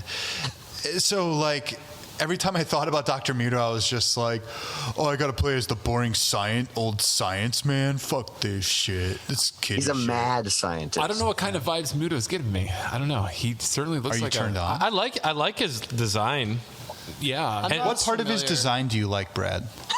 Well, he's got like that hair that's got like 2 colors, which is cool. So is he a mad, lovable scientist? He's the don't know. main I've never character. played Yeah, he's someone who means well. The opening of the game has him sleeping, and you see him getting picked on in school. Like he makes a robot, and they're like, "Look, he's got a girlfriend finally." Wow. Oh, so he's an incel. Maybe, yeah. He's a psycho. His game's decent, maybe. Yeah, I actually heard pretty decent things about the game. It just never caught on. It might be because the protagonist. I mean, it might be the time that it came out. Roseanne Barr. Oh, it's Roseanne Barr. Now his spin-off won't get. Can we put Tim Allen from the Home Improvement game on this list? I was thinking about like a game that I beat last year, Michael Jackson, the Boom Chester Walker. Cheeto Wild Wild Quest. Yes. But I mean, I of a love great the character. character. The game's funny. I'm glad I beat it though. I thought of Chester Cheetah as well. I'm You know, like, Chester Cheetah they were originally designing the Bubsy game to be a Chester Cheetah game, but they didn't want to license it, so it became a Bubsy game. Really? I had no clue. Yo, man, it's God. rough. What's the name of the 7-Up dot? Spot. I thought Spot. about that. There was a Spot. There was a yeah. Spot video game There are too. a bunch of cool spot Yeah, I games. thought about Spot. Those are good. I don't understand it. Yeah. That was 1989, man. There you go. Yeah. Okay, so Dr. Muto, what do you think? Is he moving on? I don't think he's top 4. I don't think he's material. top 4 at all. Okay. You guys are a bunch of haters. I gotta give him. Dude, there's some real shit on this list, though. Okay, I'm gonna bring up one then. Croc. That's a Croc, man. Now, Where the name says it all. Now, the first Croc is called Croc, Legend of the Gobos, and it was released for the PlayStation, and it had the same controls as Bubsy, essentially. Now, I have researched this one a bit, actually. Oh, it's got a good And backstory. Originally, this company wanted to make a Yoshi game, and they pitched it to Nintendo. And Shigeru Miyamoto said They no. laughed him out of the room for an hour straight. Yeah. And he said no. And they're like, fine, I guess we'll make some other dinosaur-like thing. And it was Croc. It's about a crocodile who gets raised by a bunch of little fuzzy creatures. The Gobos. The Gobos themselves. And then he goes on a quest to, I don't know, collect jewels and shit. They're as charming as porgs in The Last Jedi. Yeah, I played a demo of this. I think it came with the Sega I think Saturn porgs are more back in the charming. day. Wasn't it on a bunch? Was it on 3DO? That's Gex, I'm thinking. I It was think, on no, I Saturn think, and PlayStation. yeah, I have it written on here. For sure. I think I might have got to the 64 as well. Maybe. It was not on the 64. It's like I put this game, PlayStation, Windows, and Saturn. and there's another game called Bug! Yes. And Almost put that I on there. always get these like mixed up. These both. But of these. I think the fact that he's really stupid is that he is the laziest looking cartoon crocodile I've ever seen in my life. Yeah. And I'm like right now I've been making a lot of art and I went to school for it, and I'm going to tell you, if they had told me to make an original character based off of a crocodile and I brought something like this into class, even in my sophomore year, they would have been like, you didn't even try, did you? He's standing up, though, and he's got eyeballs. He's got He's a backpack. standing up though, and he's got eyeballs. He's got a backpack. I know Need for actual character. crocodiles have eyeballs. Yeah, but like cartoon eyeballs. They cry crocodile He did tears. so much more. And he has one tooth. He has Based out, one like, sharp because the designer's cat, he's like, my cat had one fang tooth sticking Does out. he So hold anything like luggage Oh my or something? God. he doesn't hold our attention. So I think he's totally failed. He got sequels though. This is the problem. Yeah. I guarantee you, if Yeah. they made him today and And they that's made okay. him wear Crocs, he'd be an A+ student. You know? Oh, Croc wears Crocs. Oh my God, mind blown. I'd rather play a game where you play as a croc. Nintendo Switch game right now. Wow. Everyone shut up, TM. We're going to the Croc headquarters and we're going to make this pitch. I would be okay moving Croc to the For right finals. For right now, because I really do think that I think he's lame AF. he's lame AF. That's what the kids say. F. Well, and every time I hear I don't know who this is, but every time I hear his name, I just think of like Dr. Croc or whatever his name is from Spider-Man or whatever. You know what I'm talking about? Dr. Octopus. or was it the lizard? No, there's a there bad is guy the that's a lizard. crocodile and Kirk something. Connors, Oh. yeah. Yeah. Wait. Oh, you mean Batman? Killer Yeah, Croc. I mean Batman. Killer That's what I Croc. mean. Yeah. Okay, Leatherhead from Ninja Turtles. There we go. That's true. The Rat King from Ninja Turtles. Yes, that April O'Neil from porn. So you've heard. Pretty good. Yeah, that was my pitch. Do you have a pitch for us, Josh? Not Mario. Oh, jeez. Oh, damn it. Or does anyone? Because I've got quite a few. Yeah, there's a lot here. Alex Kidd, man, that guy. Game is apparently great. I've not dabbled, but he's had a bunch of games. Alex Kidd looks like an asshole. He With looks his, little blonde boy. With his little cute. Yeah, I've never understood it. He looks like an Poncho. elf or possibly like Frodo Baggins with Down So syndrome. I kind of want to add to the whole list, like Cherub, Kid Icarus. Like I feel like they're all in that same boat. Hey, you're really lame looking, dude. There's normal. nothing You're just interesting. normal. Hey man, my name's Alex. Because he was Sega's mascot. That's a until they're bit like, much. Let's fucking get Yeah. a new one. I feel like that's a good one to put on the Mount Rushmore because then it's like, oh, that's someone we know, but he's also a boner dog. He's a boner dog for sure. A boner dog. And you look at him, and you're like, wait, He is that? yep. Oh, He that's mastered. Alex Kidd. I've heard of that game, but who the fuck is that? That's Alex Kidd. I mean, he's in High Tech World. He was a ninja. He was, was he in really, Enchanted World. Was he? But was he really? But I don't Was know. he? Yeah, exactly. I've only ever played one. Existential World, apparently. I've only ever played one Alex Kidd game, and it was because I got the Sega collection for the Nintendo Switch, the Genesis collection. Yep. And there was one Alex Kidd game on there, and you get hit once and you die. Yeah, That was one of the earliest Genesis releases. So it's Sega Heart. Alex Kidd is on like every Genesis release they put out. It's like Alex Kidd, Altered Beast. Yep. You know, it's on everything. Rise from your grave. But as far as like aesthetically, yeah, There's I actually think he's. Looking at this list, it's tough to actually like Come up with the really bad ones. Like, there's some lame motherfuckers on this list. No, but I think that there are some that are lamer than others. Can we make a separate list? But come on. There's no time. I have honorable mentions. Honorable mentions would be good. But I don't think, because I came up with lame failed ones, but I don't feel a lot of hatred towards these ones. Nobody knows who Awesome Possum Basically, just or Rocky because they Rodent weren't commercially is. successful. They didn't hit. No, it's because I actually appreciate it. Do you have any that you want to talk about, Tom? I was going to talk about Alex Kidd. So, Rob, you think Alex Kidd belongs on the Mount Rushmore? Well, I think that's your selling point right there. That's what people are going to come to see. We want to see that. I think You have to remember that I'm going to draw all of this. He's got pointy ears. I think people are still going to want to see it. Okay. We'll bring him along. Polygon Man, is that the guy that was like never really used? So the reason I put Polygon Man is because North America for the PS1 made Polygon Man as their mascot. They used him for commercials, for advertisements, and it's just like the spiky-haired purple polygon dude. And as soon as it was seen by like the Japanese people, they got so pissed and they like squashed him hard, like since Crash Bandicoot showed up. But Polygon Man is such a bad mascot, he failed before the console even released. See, that's funny. That's so funny that he's a mascot, but he's in no games. Yeah. He ended up being in the PlayStation Battle All-Stars Royale game as the final boss. He's in that, dude. That's a sweet game. It's not bad at all. Yeah. Yeah. I love that. I remember this guy. His character's kind of lame. It's a terrible design. He's Polygon Man, which is like, we had polygons. And he's a man, but he doesn't have a lower body. And he'd be great for Mount Rushmore because he's just like a head. Deranged purple Bart Simpson. He's just, he's a disembodied head. How do you know what sexual orientation he is? I don't get it. I personally hate his design. I would be happy to see him up there, but that's I don't think up for the vote. People know who he is or know anything about him in America. Rob, would you see a Mount Rushmore?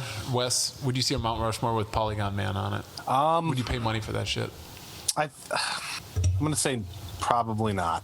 Yeah, But I didn't even know about him. It is funny that he's not in anything besides that Battle Royale. Yeah, I forgot about him. He's that bad of a mascot that he didn't even make it to a game. He didn't. Well, let me tell you, he's that bad that he's not even going to make it to the Mount Rushmore. Right. Where's the little mini Mount Rushmore next to Mount Rushmore? It'll be on there. His car broke down 8 miles south. He was paired with the phrase in advertisements, "It's more powerful than a god." It's like, ooh, that didn't age well. Ooh, yeah. No. That's More my powerful than catchphrase. God. Yeah. Yo, James Pond, I always look at that name and every time I go, that's not clever. Fuck you. James, But what about the spoofs Jane Bond-like levels where it's licensed to bubble or a view to a spill? oh, I like that a lot. Leak and let die. Yeah. And the British Secret Service actually All I hired the hear is guy. fart noises, man. He has to stop Dr. Maybe. It's great. Sackboy is stupid as all hell. No, but Sackboy, he's lovable, and he's a great character. Are we sure? I hate his name. I think Sackboy Well, that's because really that's sucks. what you call your Sackboy. Well, there was a Sackboy in college. That guy made one mistake at a party. He was Sackboy forever, you know?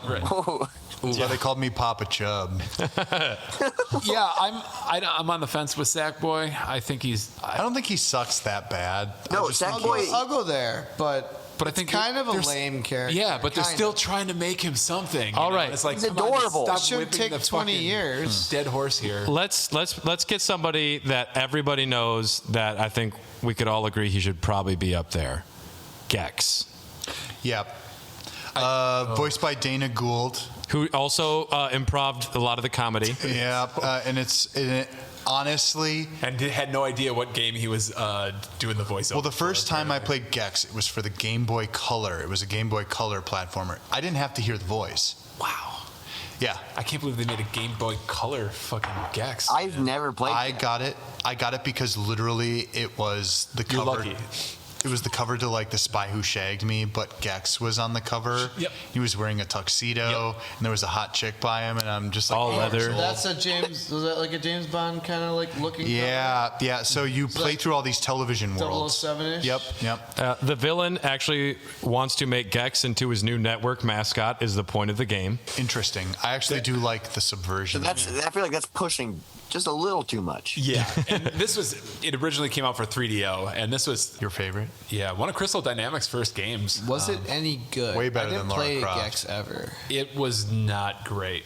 It was like the only side scroller really available on the 3DO at the time, and it ran really choppy. But yeah, the fucking Dana Gould, it was another character that wouldn't shut up. And since it was on CD, they really tried to make this guy just like constantly fucking do one-liners and just random And it was non improv? sequiturs. It was fucking ridiculous. Well, Thinking that yeah, they'd they laugh all improv the way. like 20 lines that repeat all the time. But 3DO tried to make Gex their mascot. They're like, hey, now we got one, huh? It's a fucking lizard. He won't shut the fuck up. That's why the 3DO failed.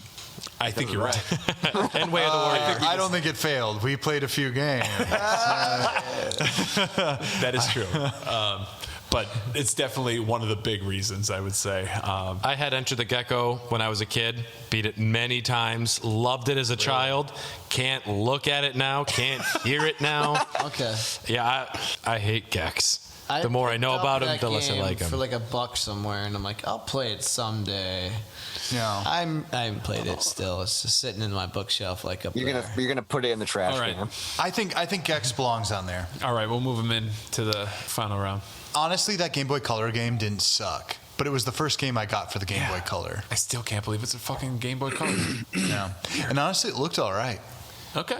But dude, he had sunglasses on. And they had Gex 3D, right? That was that. I don't know. I've never played that one. Okay. But I played the Game Boy Color one. Wow. So some of these I'm not familiar with. Vex.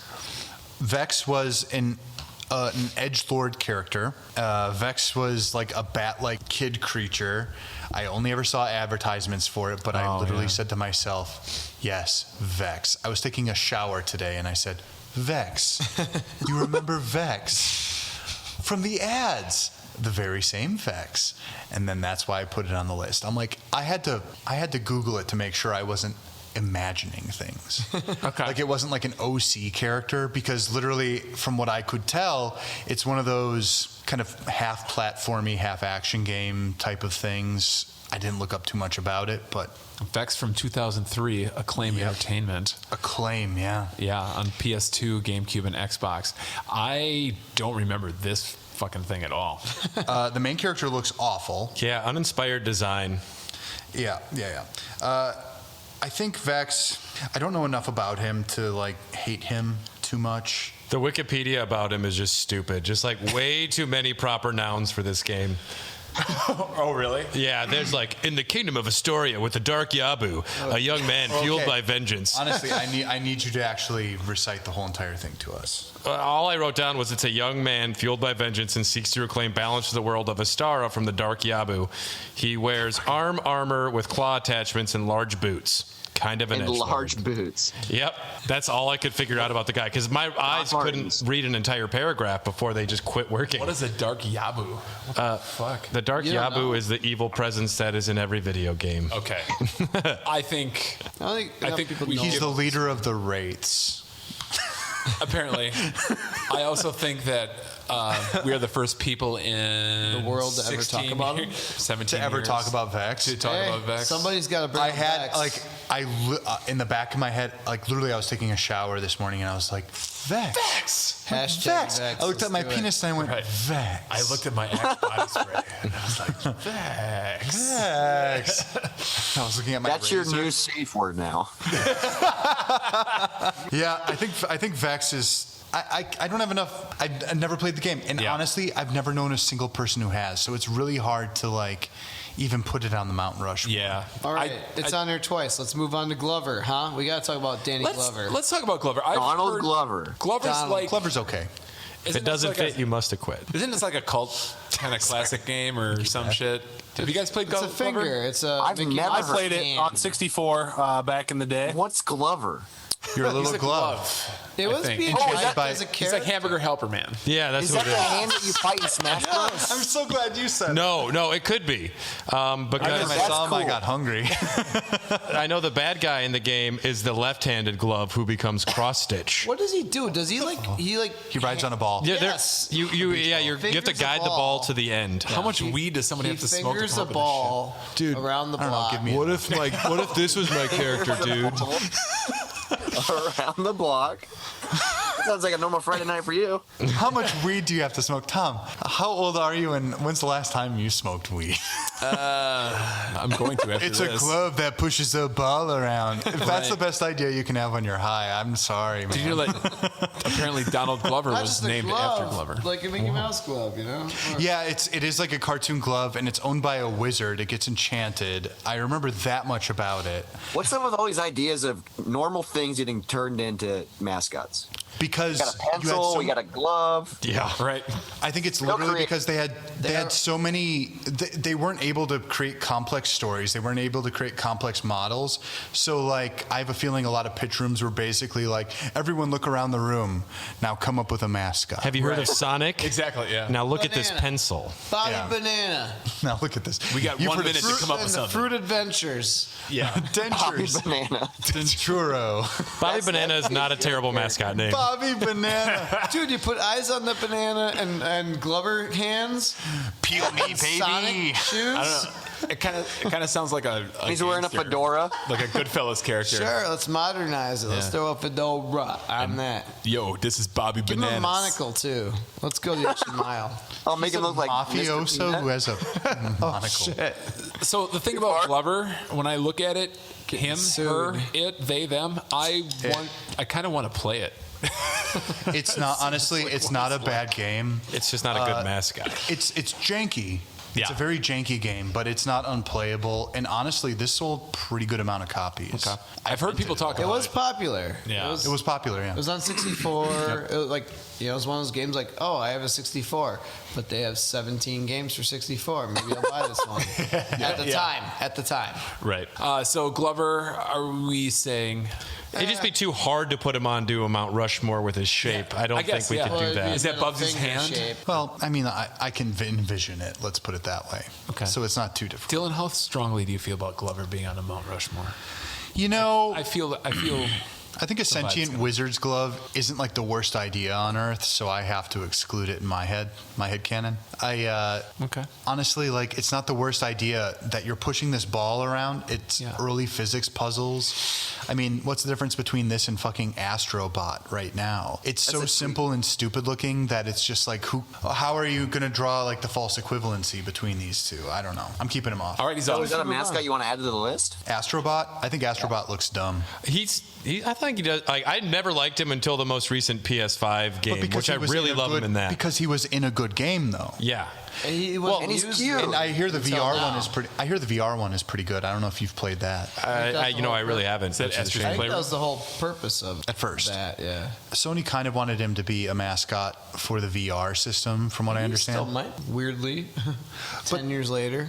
I mean, I don't know. I think he looks kind of dumb. He kind of looks Wall-E, like a little Polygon bit of a ripoff. Man-y. I don't think he's worthy Looks of like it either, though. Bomberman. No, Bomberman looks good. He looks like Bomberman looks like a gag Bomberman. manga Looks- character. Yeah, you shut up. Bomberman is awesome. Bomberman's a fucking bitch. Do you guys like Booger Man? I do. I do like Booger You're a fan of Booger Man. Everyone look up Pick Booger and Man. flick A adventure. pick and flick adventure. You Yes. can't beat that.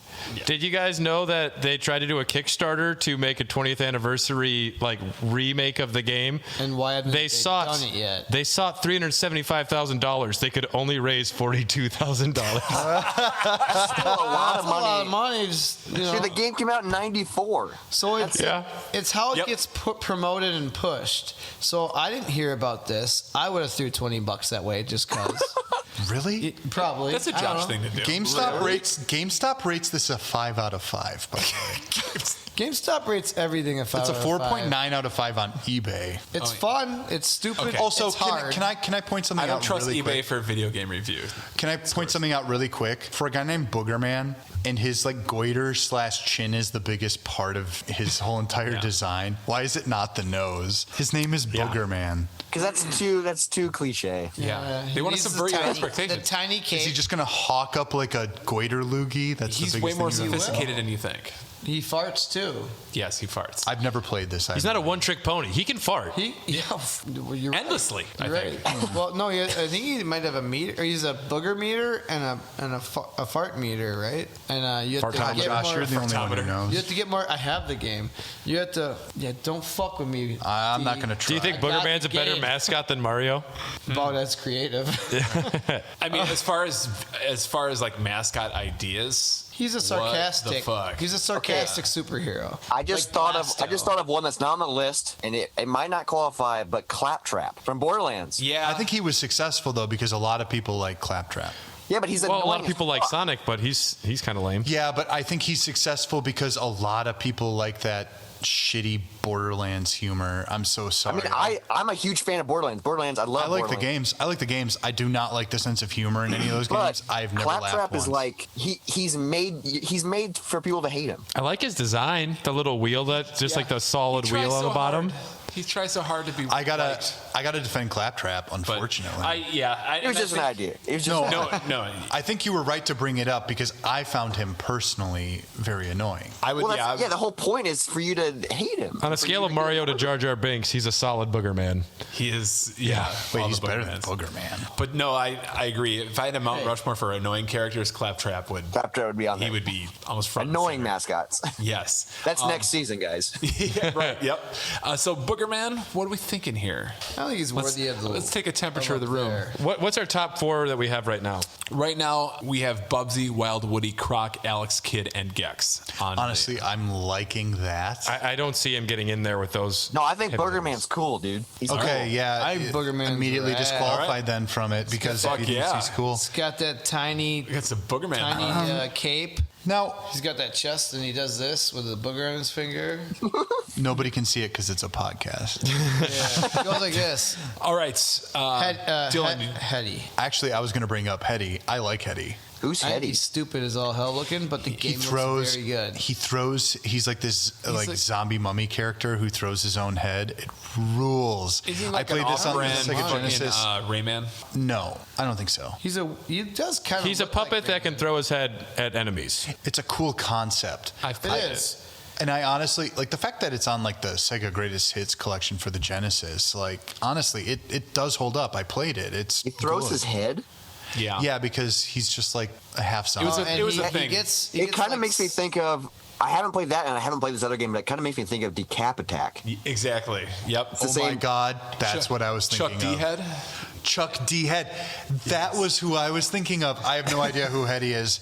Erase everything I just said. I was So thinking you just that's what it Hetty's was. just made up. I mean, No, Dynamite Hetty's a real thing. Yeah, yeah. Okay, Hetty. But you were thinking of Decap Attack. That's exactly what I was thinking of. Yeah, Decap Attack is he's interesting. Decap Attack.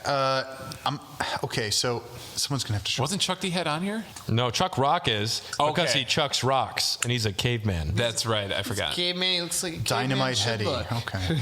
Oh, I hate Chuck Wow, Rock's design. I was so wrong. I get like these flashes of things that were so similar to what I've played before, and I was such an ADD kid. They put me on so much Ritalin that my memories fuse together. Oh yeah, I don't know what the fuck that is. That's Heady. Because The game is actually. I watched a review the other day. It looks awesome, actually. It looks pretty cool. I've played this. It looks really awesome, but his character looks stupid as all hell to me. But What's the he game like, a looks beak great. monster? He just throws his He's got a head. floating head. Yeah. He looks stupid. With a feather and a He bow looks tie. real- He's- a bow tie too, huh? That's how you know how much health he's got. With the feather, actually. The feather changes colors depending on how much health you got. It's kind of cool. Kind of like Wow. a Spyro thing with the fairy. I think I like Dynamite Ooh. Heady. Shit. No, the game looks like super bright and colorful. It looks like, reminds me of like Twin Bee or something. Oh, Somebody was comparing, when I watched the video on it, they're comparing some of the movement on a stage comparable to Yoshi's Island.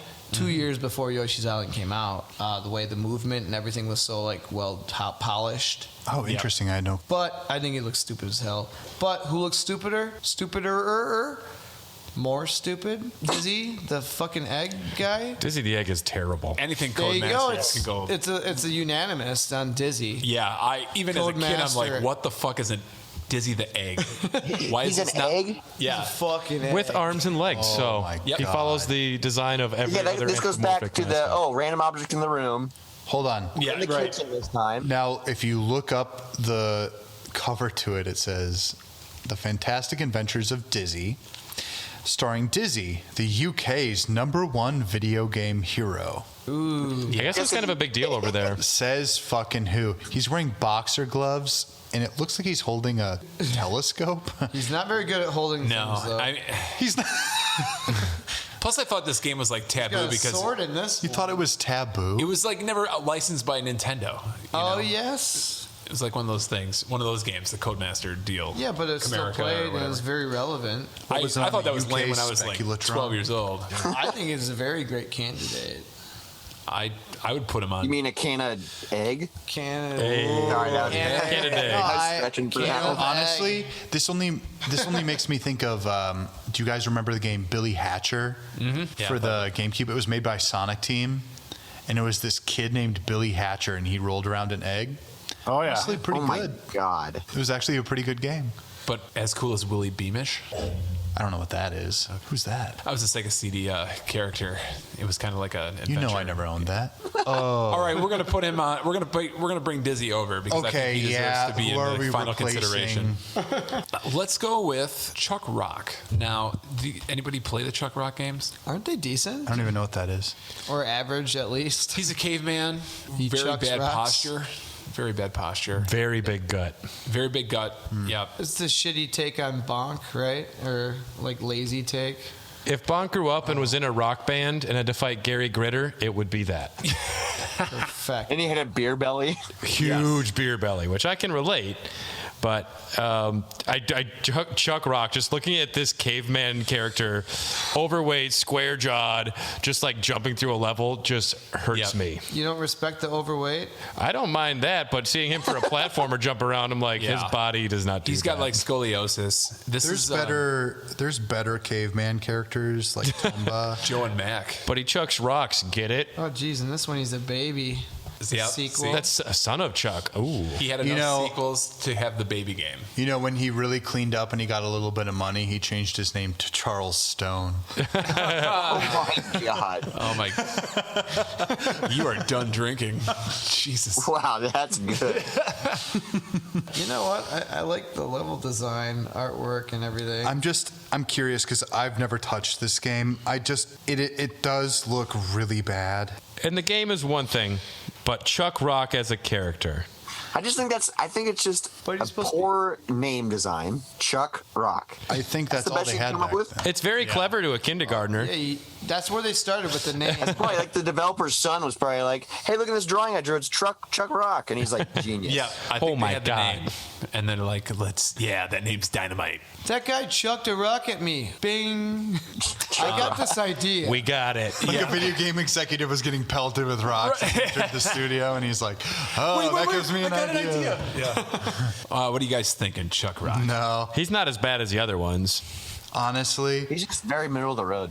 he's so middle of the road. And he's also like, this was from the era where they wanted to make everything kind of like Ren and Stimpy or just silly stupid, and I'm not falling for it. I like stupid. You either got to be edgy or fart and burp around this time period. Yeah. Hey, Yep. All right. Let's no start. Pepsi Man. Well, let's talk about Pepsi Man. What? Pepsi Man. You're just running after collecting Pepsi? Well, and your big blue just. Pepsi Man actually made his video game appearance in the Sega Saturn version of Fighting Vipers. Okay. He had a special fighting ability to quench one's thirst. I feel like he can't be on the list because he's copyrighted. He had his own game on the PlayStation. It's called Fair Use. But he wasn't an original. domain. He wasn't an original video game mascot. Is the issue? I don't care. I like him. Yeah, and also Coke did is have his own way game. better than Pepsi. No, dog. No, Diet- agree. That's You're the right. Diet Pepsi. Ugh. Diet Pepsi. Diet. Wes, Pepsi or Coke? What kind of Coke it is? Coke all the way. Speaking of Coke, we just had a double raspberry marshmallow shake. Whoa. From Great Notion. Nice. Fuck Oh. And maybe sounds if you're a delicious. good boy, Brad, I might have more to share with you. I've actually been collecting some special beers that I've gotten from some other states to share with y'all as well as soon as I can drink again. So you're going to ruin he's trying yourself to buy right his way after. in. I'm going to make drinking an event like you said on the last Raw Dogs. He's going to catch up should. quick, guys. And now we're on to the next beer, honestly. I should, honestly. How about these two here, 5 and 6? Awesome Possum and Rocky Rodent. Are these the same person? No, Is one worse than the other? they are both pretty bad. Both from 1993. Awesome Possum. The goal of Awesome Possum is to teach kids about saving the environment. He collects cans and bottles from the levels he goes through to clean the environment up. He is frequently heard saying his catchphrase, "I'm so cool," while playing the game. Damn. Awesome Possum's Wow. a pretty Why- bad mascot. Why does Awesome Possum remind me of an appetizer from Chili's? It was just a possum just blown up.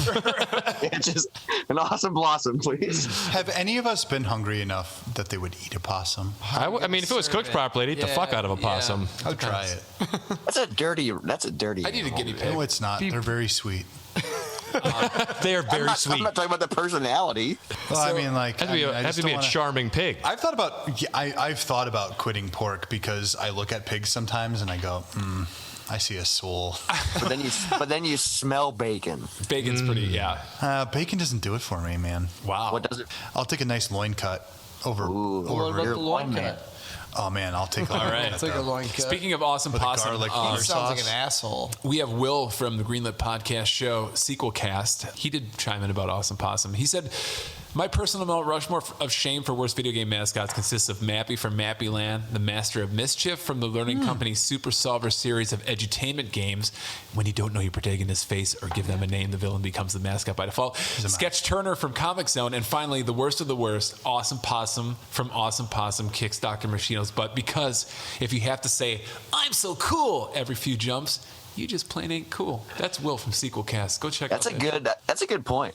That's a really great comment. What if he said it a few more times? It could be more convincing. I mean, But he he's goes, right. If you "I'm have so to say, cool. I'm cool, I'm so cool. you're like the Leisure Suit Larry. I mean, I say I'm cool like every day. Is Leisure, mean, hey, it's there's called one. self-affirmation, Is buddy. That's all I Leisure know. Suit Larry Yeah. on this list. And then people find out you play bass. Oh, and then they're like, he's cool. Too soon. Sorry, man. Just kidding. I love bass. Boom. How dare you? Don't worry, I've seen Tom sing. Yeah, it's horrible.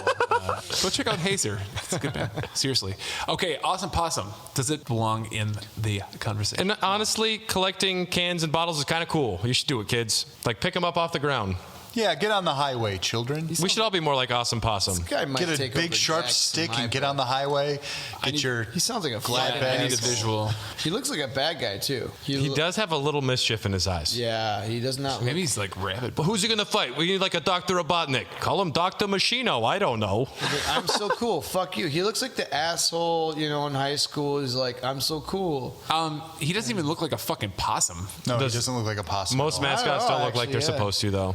Sonic kind of looks like a hedgehog. I've spray painted him. And then you asked about He's got Rocky evil Rodent. eyes. Yes. Rocky Rodent. Well, he begins the game eating. Ice cream pun. Please tell me he walks through like he has a whole jar of ice cream that he like adds his clothing or something. He unintentionally eats an envelope of protection money from a restaurant where the guy is being given controlled by the mob. Right. So the mobsters steal his daughter. So the point of the game is rescue the daughter so you can get an all-you-can-eat buffet. And Rocky Rodent fights by collecting different hairstyles. Wait. Okay. He whips his hair back and Yeah, forth. Rocky Rodent is trying to save a guy's daughter, Pie-Face Balboa's daughter. Pie-Face Balboa, who was kidnapped because Shorts. her father lost the protection money. Because he accidentally ate it. Rocky Rodent accidentally ate the money. Oh, I love that setup. It's kind of a fun setup. Have you seen a picture? Have you seen I a like picture? this story. Yeah, No, I haven't. it's got a lot of pathos. Oh yes. Here's one where the setup is a lot better than the actual execution, I think. I really want to create like a grim dark Chuck E. Cheese game. Kind of looks like Five Nights at Rocky Rodents. Yeah. Okay, so we're deciding Awesome Possum is not going on the... No. Neither of these are as Neither bad of as them the are. other No, ones. I think Rocky Rodent should be on there based on the storyline. Yeah, and it's fun. Like depending on the different hairstyles you have, is how you like. You can use your mohawk like a boomerang. Yeah. You can See, get like that's- this long like I don't even know, like some extensions. You whip it back and I forth guess to attack and we were talking swing. about worst. We were talking about worst because that's Yeah. kind of cool. Yeah, that's that's actually a point. That actually makes me want to play the game. I see a lot of fan art right now about Rocky Rodent. Fans only. Rocky And- Raccoon. I personally withdraw any other things that I would want to talk about. There's nothing else on here that I think are as bad, so it's all up to y'all. You know, I put a few on here that I actually liked and that I've actually played.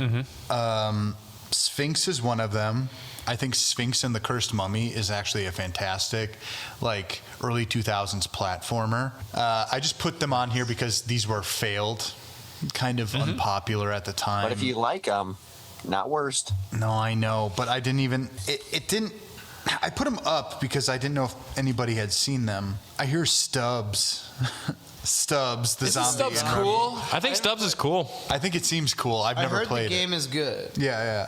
Yeah. I've heard that there's a barbecue place called Stubbs. Yeah, it's good. Yeah, it is. Yeah, I get their barbecue sauce a lot, actually. Yeah.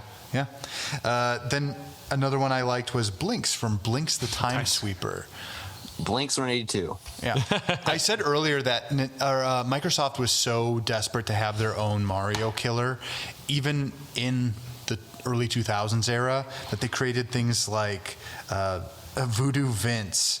Yeah. Voodoo Vince is cool. Yeah, Voodoo Vince is apparently a pretty good game, which... That's what, yeah. There's like levels you have to find ways to hurt yourself to beat the boss. You have to go find weapons so you can stab yourself in the game, which is like such a cool because you have to, your 'cause voodoo he's a doll, voodoo so doll? you have to like hurt yourself to hurt the enemies. Really cool concept. That's kind of cool. That sounds like fun. I know there's like an underground coalition of people trying to lobby to get Voodoo Vince to be rebooted or something of that nature. The fact that it was stuck on the Xbox was its greatest. Back to Blinks though. That's the same guy who came up with the design for Sonic the Hedgehog, Naoto Oshima. It's really cool. It's this little orange cat, and he's got a vacuum cleaner, and he fights pigs. It's fucking awesome. You have me like that is perfect. I honestly, I played this multiple times at a friend's house, and it made me wish I had owned an original Xbox. I really wanted this video game, and man, it's actually a good design. But it is failed. It had a sequel. Did it? Yeah, it did. It had a sequel. I know. I think Microsoft let the trademark expire. They did, and maybe. So would my fan fiction become reality now? So you can buy it probably if THQ Nordic hasn't already bought it. I just had to shout him out though, because I think for the most part, Blinks 2, Masters of Time and Space, where he fights with the pigs. He fights with a biker pig. Yeah, it's called character development from Duke Nukem. Okay. Ooh, the guitar's an Xbox. That's actually a really sick looking guitar. I think Blinks is really cool. I had to shout out some of these characters though, because there were so many of these character action platformers that. Like you were even saying Dr. Muto, you had a demo disc for that. Yeah. You would have never picked up Dr. Muto if you hadn't gotten that demo disc. And let me tell you, I never did, and I had the demo disc. See, but you remember it. You guys still have it. Kale the kangaroo. I have no idea what the fuck that is. I think I played it on someone's computer once. I think it was my grandfather's. Congratulations being the only one. We haven't talked about a bat who's an acrobat. Yeah, Arrow's kind of a bigger name on the list. Yeah. I had that game when it was, fairly new. I grew up with it. Not a bad game, not a good game. Okay. Stupid game, stupid character. That was a Iguana? I always thought that was a Konami. Really, really stupid character. After the game came out, Universal bought the rights to it to make it their official mascot, but then Crash Bandicoot emerged and they sold it back because they're like, we got something better. Okay. That's how much faith they had in Arrow the Acrobat for a while. Wow. Yeah. There is a cult following for this. A bat who's an acrobat. Yeah. We need to put Crash Bandicoot on the list. No, Crash Bandicoot's cool. He's got pants. Crash is cool. Is he? He had a megaphone. Remember the commercials? Remember when he just talked shit to, hey, I like the Mario. commercials. Hey, Yeah. Mario. But What otherwise, are you doing he's just hiding in that building? he's just I'm right a here. crazed. Suck Yeah, he has the my megaphone. bandit. The games Yeah. are good. The games are good though, Tom. Yeah, that's subjective. But I agree. They were good for the time. You even got. We didn't grow up on the 3DO. We have different perspective on good games. Yeah, Yeah, we all weren't playing. you Way grew of up the on Warrior. good games. I see what you're saying. Okay, Arrow probably not coming over. Or Josh. It's also fun to mention that there was a spin-off from Arrow the Acrobat where the bad guy, like Knuckles, kind of got his own spin-off, and it was Zero the Kamikaze Squirrel. Yes. And he actually wears like the Japanese headband and crashes a ship at the start of the game. I'm like, this is a little insensitive. Yeah, that's a little. That's a lot. Zero. Yeah. I mean, it's history though, Brad. So You gotta okay, respect it. The Kamikaze Squirrel. Josh, Arrow the Acrobat. You seem to have a strong. You were just like, no, it's a shit pile. He's a shit pile. The game isn't bad, but it's not good. But I don't think that qualifies him then, because if his game is pretty good, I don't know. Because I deleted some of my own. Is he just lame? now. I think Bomberman's Is he? worthy. Is he one? I don't think Bringing up he's Bomberman. terrible. He really has something against Bomberman. I I think really he looks don't like a understand. fucking asshole, like a cute asshole. Well, you just said the Really word lame cute, so artwork, that automatically lame disqualifies him. We've seen means some you cute like him. assholes. No, I play a game. I've never described an asshole as Okay, guys. Okay. Have you seen April O'Neil? I have. It's not cute. It's hot. Wes, Sizzle. Nathan Drake.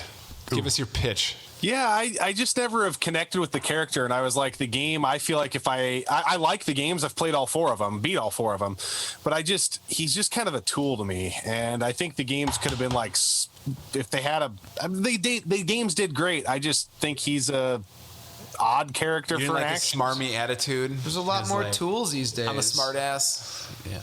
Yeah, I don't know. I mean, like, that would have been like an epic Rambo game. That's true. I actually, they talk a lot about the ludonarrative dissonance in these games. Like the fact that you're this like kind of smarmy, kind of like charming, handsome guy, and then you kill 300 million people in a single round, and it's just like, oh, I'm supposed to like this dude.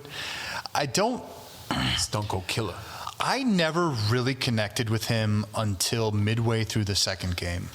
And then he clicked, but the entire first game I said, man, fucking take it or leave it. The only reason I liked him is because I liked Nolan North. Like, that was the carry through, for me at least. Yeah.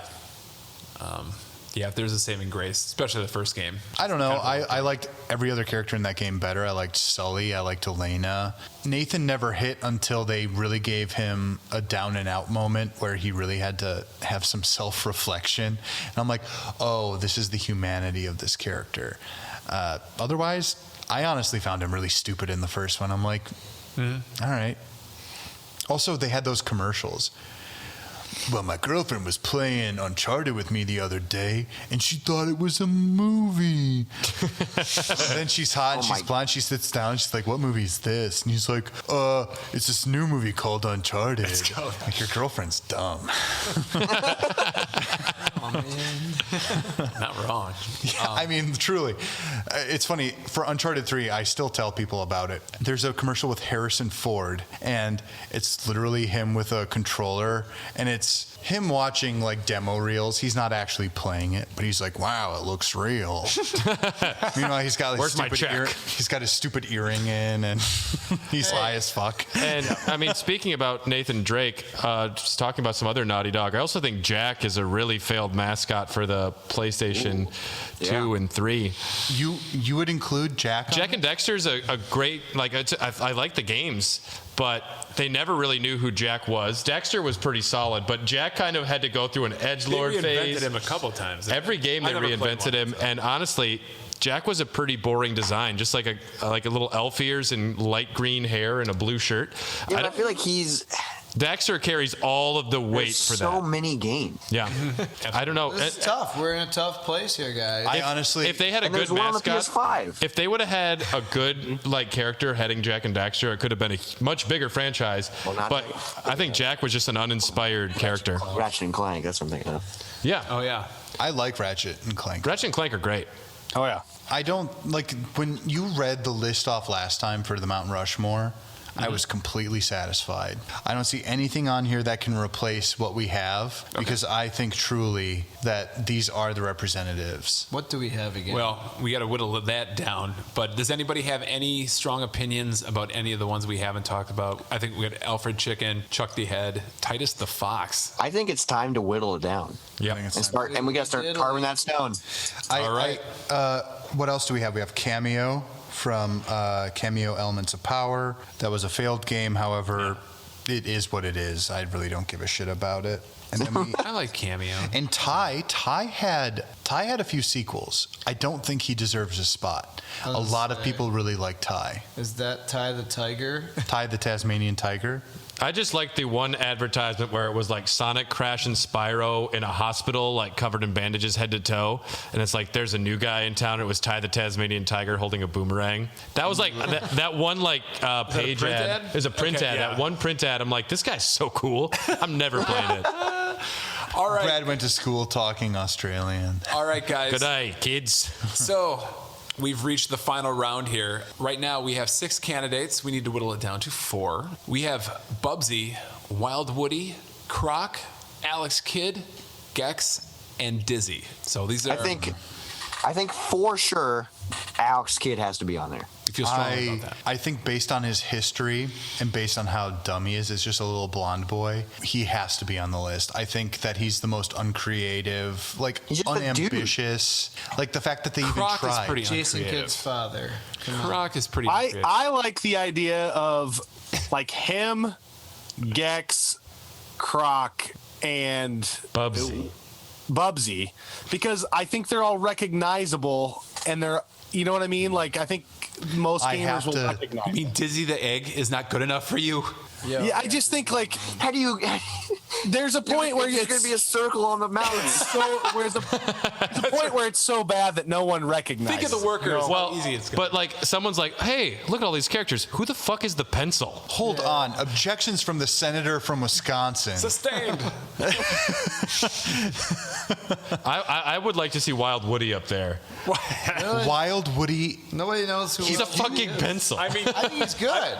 No, that's why I want him up there. He's terrible. I think Apparently he's the game bad sucks. as Dizzy. So Gex is up there. Would anyone disagree? Gex needs to be up there. I would not disagree. Actually don't. I got Gex and Alex Kidd. I got Alex Kidd, Croc. I got Dizzy, and who else do I got here? I got another guy here. We'll go with So that. can we? Yo, I Croc, think Gex Alex- for sure. Gex. I think we're all in agreement. Gex. Yep. Gex is on. As long as Gex and Bubsy are on there, I agree on Croc. Gex and Bubsy are the two Bubsy that I need to seems to put be my so feet down. hated. Yeah, I think Bubsy. Anybody disagree that Bubsy should not be on it? Anybody? He's apparently the most hated one. I think He needs I to will be the let one at the Bubsy very on it. front. He needs to be George Washington on that motherfucker. I will defer, and I will say Bubsy can be on it. Oh shit! Thanks, Dylan. Okay, we have Wild Woody, Croc, Alex Kidd, or Dizzy. Well, we already think. I think we agreed on Alex Kidd. Alex Kidd. Do we? Okay. Yeah, Alex Kidd for sure. Alex Kidd, yeah. What do you think, Wes? All right, we got one more. Who should the other one be? To me, it's between Croc and Wild Woody. I think it would be so funny to have a pencil up there. Isn't that funny? Croc is he's not terrible. He's just not good. Wild Woody is actively terrible. He's wild and if you listen to the way he speaks and the way his mouth moves while he speaks in those early CGI cutscenes. I'm gonna watch this when I get home. He rubs his ass on everything. Dude, it's so crazy watching him just like rub his ass to He does it like that. Brad actually did the exact motion. I will say, I know. Maybe he's amazing. Maybe there is some love for this character, and I know he's an egg. Dizzy fucking sucks. Yeah, I think Dizzy belongs. Yeah, but Humpty Dumpty's an egg I take too. Dizzy over Gex. But Humpty Dumpty's not There's Dizzy. not Dizzy pencil didn't sat on a wall. Dizzy didn't have And he had a great fall. like Gex. Right. And nothing Yeah, thank happened you. because he's a big wooden pencil. But I do like the pencil. Listen, can we break for one moment for you to watch the opening of Wild Woody in order to change your mind? I'm bringing evidence to the stand. If the pencil does not fit, you must acquit. All right. Okay, he's doing it. Sega CD intro. This is happening. Whoa, that's a badass pencil. I think Dylan, you can vibe with this guy. You got a name, leadhead. Call me Woody. like a guitar just shredding. This is horrible. Have escaped my control. He's so bad he's good. I don't know. Ladies and gentlemen, I rest my case. I need to draw. That was so horrible. I'm literally going to be drawing the Mount Rushmore, and all I'm going to tell you is that I want to draw Wild Woody. We can do solo Wild Woody artwork just for the sake of Woody. Yeah.